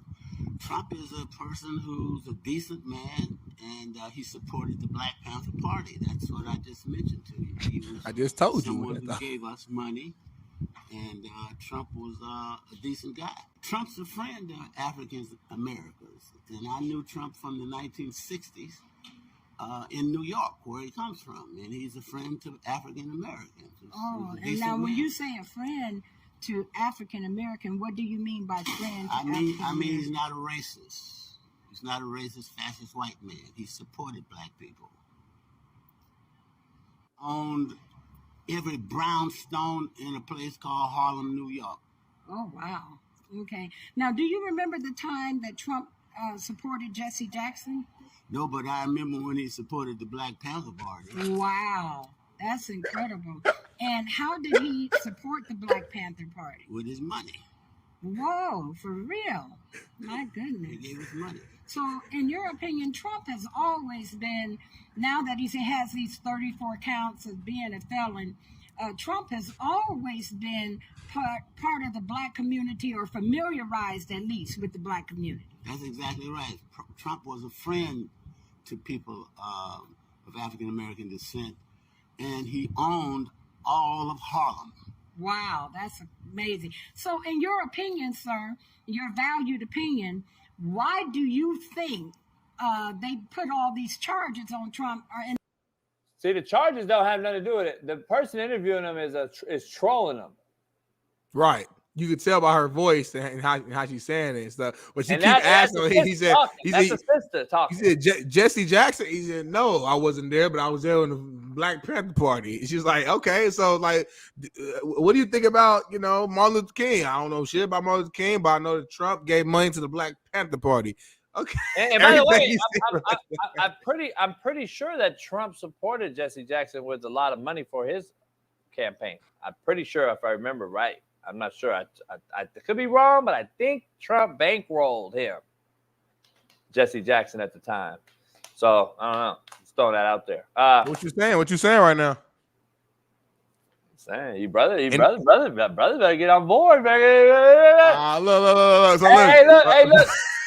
You know the cold part is it's gonna be interesting, dog. Back to our point of no campaign ads. I haven't seen nothing. I'm just trying to say it's gonna be very interesting because you ain't never seen for a dude who has said publicly that you are not going to vote. You show. Nah, I'm not voting. I'm never gonna vote. I've told you that forever. I would never go back on my word. I'll never vote. But I'm saying we also have to start thinking like we did when we apparently the American people voted for this guy. Here's why I think of this conspiracy thing. We'll end the show, but this is why I don't agree with what Jeff says about the non-conspiracy. The conspiracy is the fact that you have to sit there and outside the box think, Smitty, knowing what you know right now, and this was just 4 years removed, you really think in your heart of hearts and your brain of brains and your fast-witted thinking abilities that Biden really got 8 million votes, dog? Like, just keep it real. Just answer that question. I know you don't even keep it PC and say like, well, it could be. Just be real. Your gut instinct. I'm just asking about your gut. I'm just asking your gut. I didn't. I'm gonna give you the real answer though. But the thing about it is, you set me up for failure. You set me up with your quick wittiness, with your smart brain, with your genius mindset and background. I know you know the right answer to this. So Smitty, tell me this. So now, what if I say the opposite shit? I'm a dumbass. I'm not quick witty. I'm opposite of everything you just said. No, hold on, Tom. I didn't mean it like that. But I want to be clear. This man had 80 million votes, the most votes JB, of all hold on. time. At that time, Biden had all of us at that time. I'm gonna be real with you. He had all of us at that time. But I'm he saying don't now, but he did then. 80 million, homie, is the most ever. JB, we fucked with Biden because that was Obama's man. So I'm gonna keep it real with you. We was like, you know what? We don't like you that much, but you Obama promote you. I'm JB. Trump was saying some wild shit at that time. So like a lot of people was voting for Biden because they thought it was a better of two evils. I get now, it, but fast forward now, they like Biden can't stand up by himself. Now it's flipping to Trump. But not 80 million, though. That's so that's me. We talk about the show. There's only 300 million people in America. And JB, how many, JB? 300 million in America. And how many votes he get? 80 million. I think he got over 80 million. But come on, dog. Like 80 million. Cass was like, holy fuck, how's this cat got so many votes? And then Cass started voting more for Trump. And it was like, so it was real close race. And so we had 160 million at the end of the day voting for two 80-year-old fucks. And I'm like, hold on, dog. 300 million, and this is the two best people we could bring to the table. Number one. Number two, 80 million people. You really in your heart. You really $80 million. Who you robbing? Chelsea Carter? Chelsea Clinton? But like $80 million. But like take all the quick-witting, smart Smitty and just say like, you really think I think for real. I think Biden won the election fair and square. I don't know what the numbers are. I don't know. I think Biden won the election the first time fair and square. I don't think he's gonna win this one though. I'm dead ass. Biden had a lot of support at that time. Like, and the reason why I know that is because for that election, I was doing a lot of fucking research because I was trying to take it really seriously because it felt like a moment in history that I was like, man, this is important. And I was I'm talking to people. I'm going to. At that moment, Biden had a lot of support. It's not that same way right now, and I will admit that. So this is me. Oops. I do got to go after this. This is me. I really do believe that he won. I don't know about the 80, 70. I don't know about none of that shit. I think he won that one. But I don't think he's going to win this one. 81 million votes, and he didn't even. Everybody in the chat, tell us who you voted for right now. Drop the name. Who you voted for? Just drop it. Just fucking drop it. Hey, y'all, we're gonna be back tomorrow. I gotta go. I gotta do something downtown real quick. Y'all hit that like button. Why you went downtown yesterday? Why you went downtown yesterday? By the way, Bailey, can you show real quick? Smitty walks out. Can you give him a sneak preview snippet of our what I created in our new studio that I was telling you, Smitty, I did a bunch of shit. I was there till midnight last night getting this thing done. Still not done. Still not done. But we're going to show you a sneak preview. Jada, like Lucy, all you girls in here, ladies in here, all the real ones, all the OG fans, crowd, members, subscribers. We're going to give you a quick snippet of our new lounge and studio so you can see the options that you're going to see in person with the different camera angles. Just fuck it. We'll show a few different ones, Bailey, if you can. Whatever ones we got, let's show it. You're recording. What up, what up, what up, what up?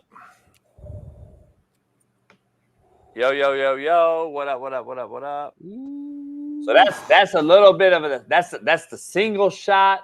We had some issues we were working out yesterday with mics and cameras. So, but let's just take now we'll show you different options on what the show's gonna be like. We'll show you Bailey's gonna bring in different clips so you can see different little views.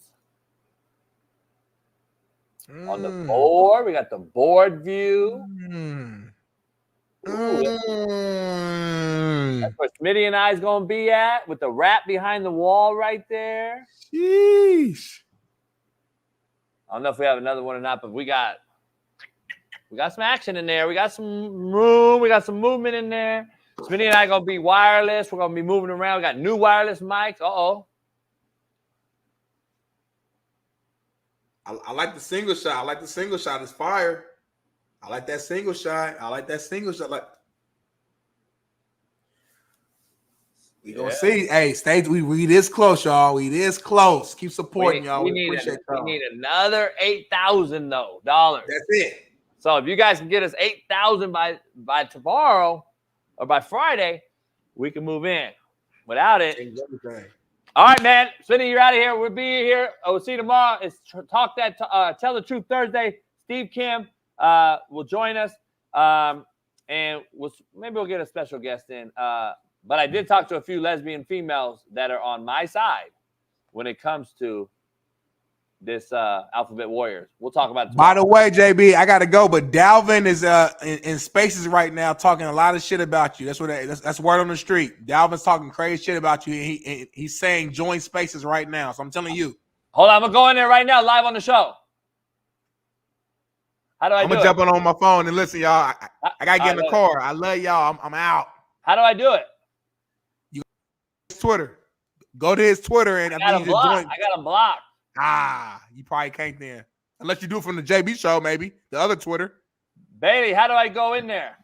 Here. I don't know if you can. You have him blocked, right? Yeah. Here. Well, let's see if I can get in there. Dalvin Truth. What's his name? Dalvin Truth. Join space. Start. Every single time they post something, every single time they do anything, you have something to say. So hold on. So I unblocked them. How do I join it? Yeah. We can't say something to you when you just click on his profile, hit join. Click on his profile, hit join. That's bro, and that's my thing.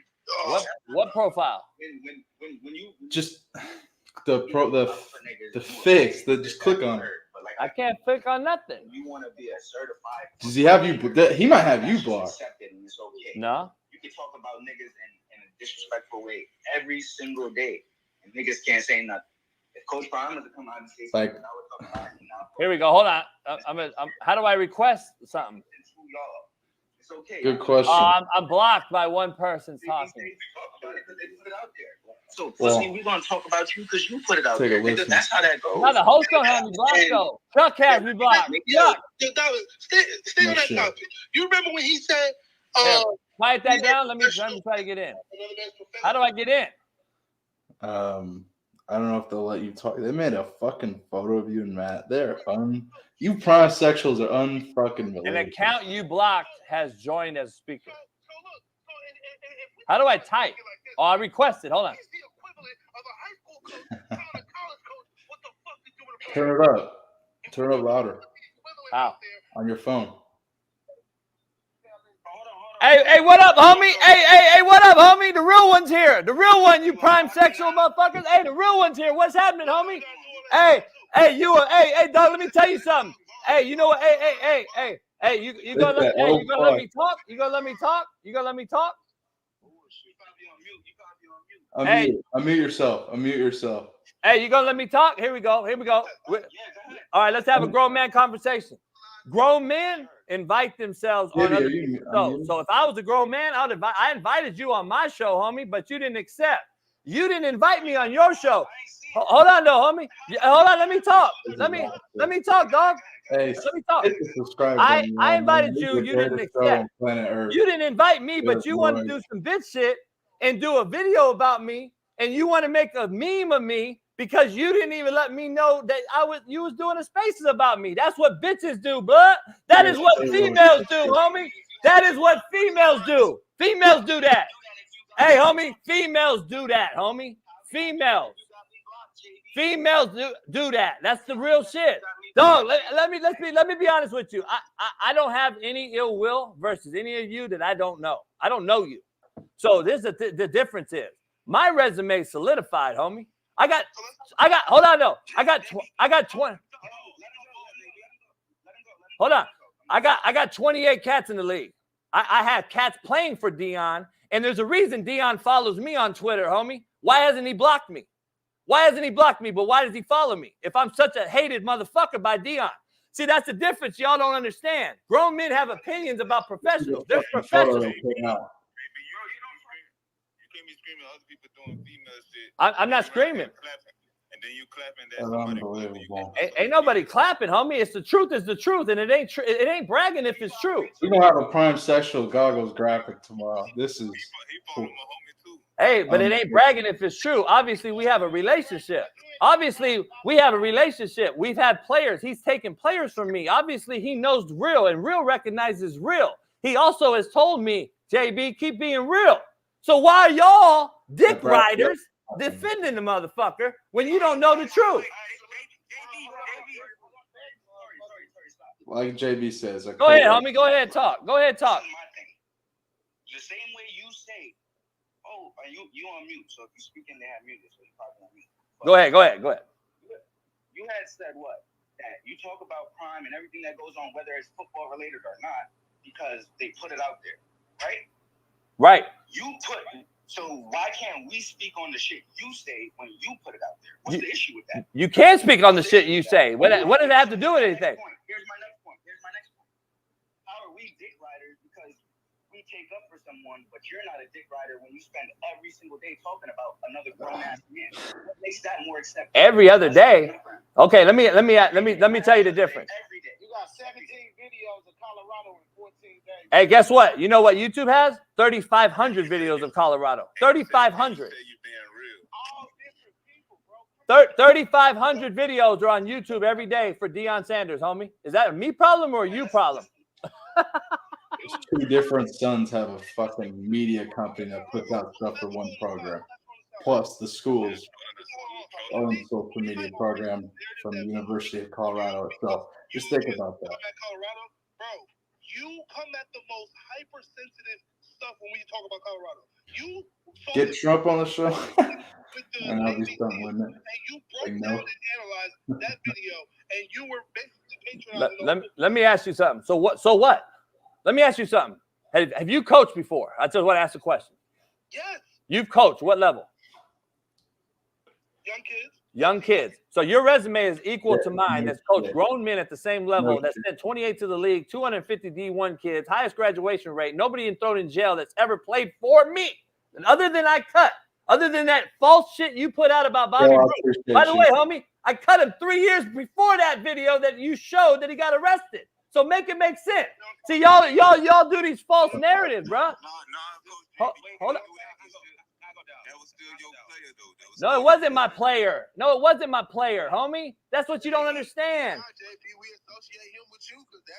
No, you associate him. Hold on, homie. Hold up. Let's be real. Hey, by the way, I actually appreciate all y'all in there talking and letting us talk because it's what grown men do. So if because I keep it real. I appreciate how you guys are managing this conversation. But let's be real. This kid you know from Netflix, homie. You don't know him from playing for me. Keep it funky. That kid got cut. Homie, he got cut. Did he not get cut by me on Netflix? Did he not get cut by me? Hold on. I know where he's from. Who you think recruited the motherfucker? So, homie, do you think I don't know where the fuck I got him from? So let me be clear here. This man was cut from my team for doing a criminal act on Netflix, and I cut him, did I not? So if he goes after me and gets arrested 3 years later, how the fuck are you associating that with me? I tried to do everything I could for that young man. I tried to do everything. I gave him 6 opportunities. You don't think his head coach is my homeboy in Titusville? You don't think I know his mama, homie? You don't think I know the people that I got him from? Come on, man. You guys spill this drama, homie. You guys say the wrong shit. Lucy, the prime sexuals are out. That's the thing, though. You can't put out that fake shit when I still talk to Bobby and I still help Bobby and I put money on Bobby, and you can't talk that shit because let me ask you guys something, homie. For all the hate out there, I'm gonna drop the mic on this. Show me one player, homie, that's played for me that has come out and talked shit about me, because y'all don't understand. Real recognizes real, homeboy. How about Jermaine Johnson, first rounder? Have you hollered at him? Have you seen what he said about me? How about all the other NFL players I got in the league? Hunting your players down, JB. You don't have to hunt them down, homie. If I was such a bitch, homie, what do you mean? You sound ignorant. If you don't gotta hunt nobody down if they want to hate on you, what are you talking about? If a motherfucker wanted to talk about me, how about Tank Dell? Have you hollered at Tank Dell about me? How about those motherfuckers? How about you go holler at real ones that actually make it, not the ones that got cut, homie? How about you go do that? Lonnie Johnson. Why the fuck I gotta do it, motherfucker? I'm the motherfucker. Why I gotta do it? You're the motherfuckers chasing this bait, homie. Why I gotta do it? A six-string walk-on quarterback. Be fair. Yeah, you take your own advice. You might be on mute, so if you're talking, you gotta look at the mute. JB. Y'all got me mute. Y'all got me muted, homie. Go ahead. No, I was saying, let him respond. Let me ask you guys something. I don't need to go hunt it down. I did it. I lived it. It's in my resume. I got 28 in the league. I got 10 first rounders. Yeah, what do y'all got? What do y'all got? Let me ask you something. Let me ask something though. Let me ask you a real question real quick, because I just finished my show and I heard y'all doing something about me, which I give you credit. You made up a thing about me. Here's the thing. It takes a lot to go out of your way to create a thumbnail and all this old shit about another grown man. To me, it's a lot of feminine energy, but I got to be real. Let me be real. I got a show, homie. I do a 3-hour show, homie. Homie, I got a 3-hour show. You motherfuckers are nobodies. I got Kirk Herbstreit on my show, motherfucker. Who you got? Let me ask you something. Fact. We got 3,000 people here right now. Hold on. Get on your little chair and get on your little show and talk a bunch of shit. The same way we allow to get in the space to talk a bunch of shit too, homie. Like, I don't understand. No, exactly. It's kind of just not really going out one person. So if you're gonna make videos every single day bashing another grown ass man, why the fuck can't you be subjected to being bashed? That's the issue. You want to get in here and switch the conversation to your players and NFL players. It's not about that. Nobody gives a fuck about your coaching career. Honestly. You feel what I'm saying? Nobody care about that shit. You sit on your show and you talk shit every single day. So what's any different from what we doing? Why the fuck can't we get on space and talk shit about you? You don't like it? You don't want to hear shit about yourself? You don't like it, right? But you sit on there and talk about that man, his kids, the team, anything they do. They don't tie their fucking shoe correctly. It's a video. They do the Dougie. It's a fucking video. Like, what are we doing here? You can't be flip-flopping like that. Just the same way you say they put shit out there so they're subjected to be talked about, it's the same way you put shit out there so you're subjected to be talked about. You ain't above the law. This shit don't change. The rules don't change for you. I don't understand that shit. Can I go? You gotta stop that shit. No, wait, Corey. Wait, no, I haven't gone yet, nigga. I mean, I have 2 points, nigga. God damn. Go ahead, Tori. 45, bro. Go ahead. Nah, JB, in addition to what Darwin is saying, Coaching career aside, bro, we talking about what you put out, bro. Simple as that. What you put out, it's clearly hating. It's not even biased or objective. It's clearly hating and nitpicking. Hey. That's the core issue. I'm gonna. Yeah. Hey, listen. I can hear you talking all that all day, but here's the bottom line. There is a difference between us. The issue is the difference is I did it. I've already lived it. I got a resume. I coached it. What are you talking about? You make no sense. You make zero sense. You make zero sense. You understand there's a difference between hate and the truth, and apparently y'all can't handle the truth. Y'all can't handle the truth. You're young, homie. You haven't busted. Homie, listen. All right, let me talk. No, why not? You just did. What do you mean? See, you can talk that talk, but can't back it up, and you can't take it. That's what's crazy. Y'all can talk it, but when I talk it, what shots, homie? What shots? Here, let me ask you guys a question. Appreciate you, CJ. Let me ask you a question. Do y'all know Dion? No. You don't know Dion? Are you fucking kidding me, homie? I know the motherfucker. Y'all don't even know him. You motherfuckers are clowns. You don't even know him. Y'all don't even know this motherfucker. Y'all don't even know him, homie. Y'all some dick riders. Y'all some dick riding fanboys. Homie. Y'all motherfuckers are dick riding fanboys. Get your sorry asses out of here. You dick riding fanboys. Shut your bitch ass up. You fucking dick riding fanboys. God damn. These motherfuckers don't even know him, homie. That's the fucking. Oh my God. I hope we recorded that.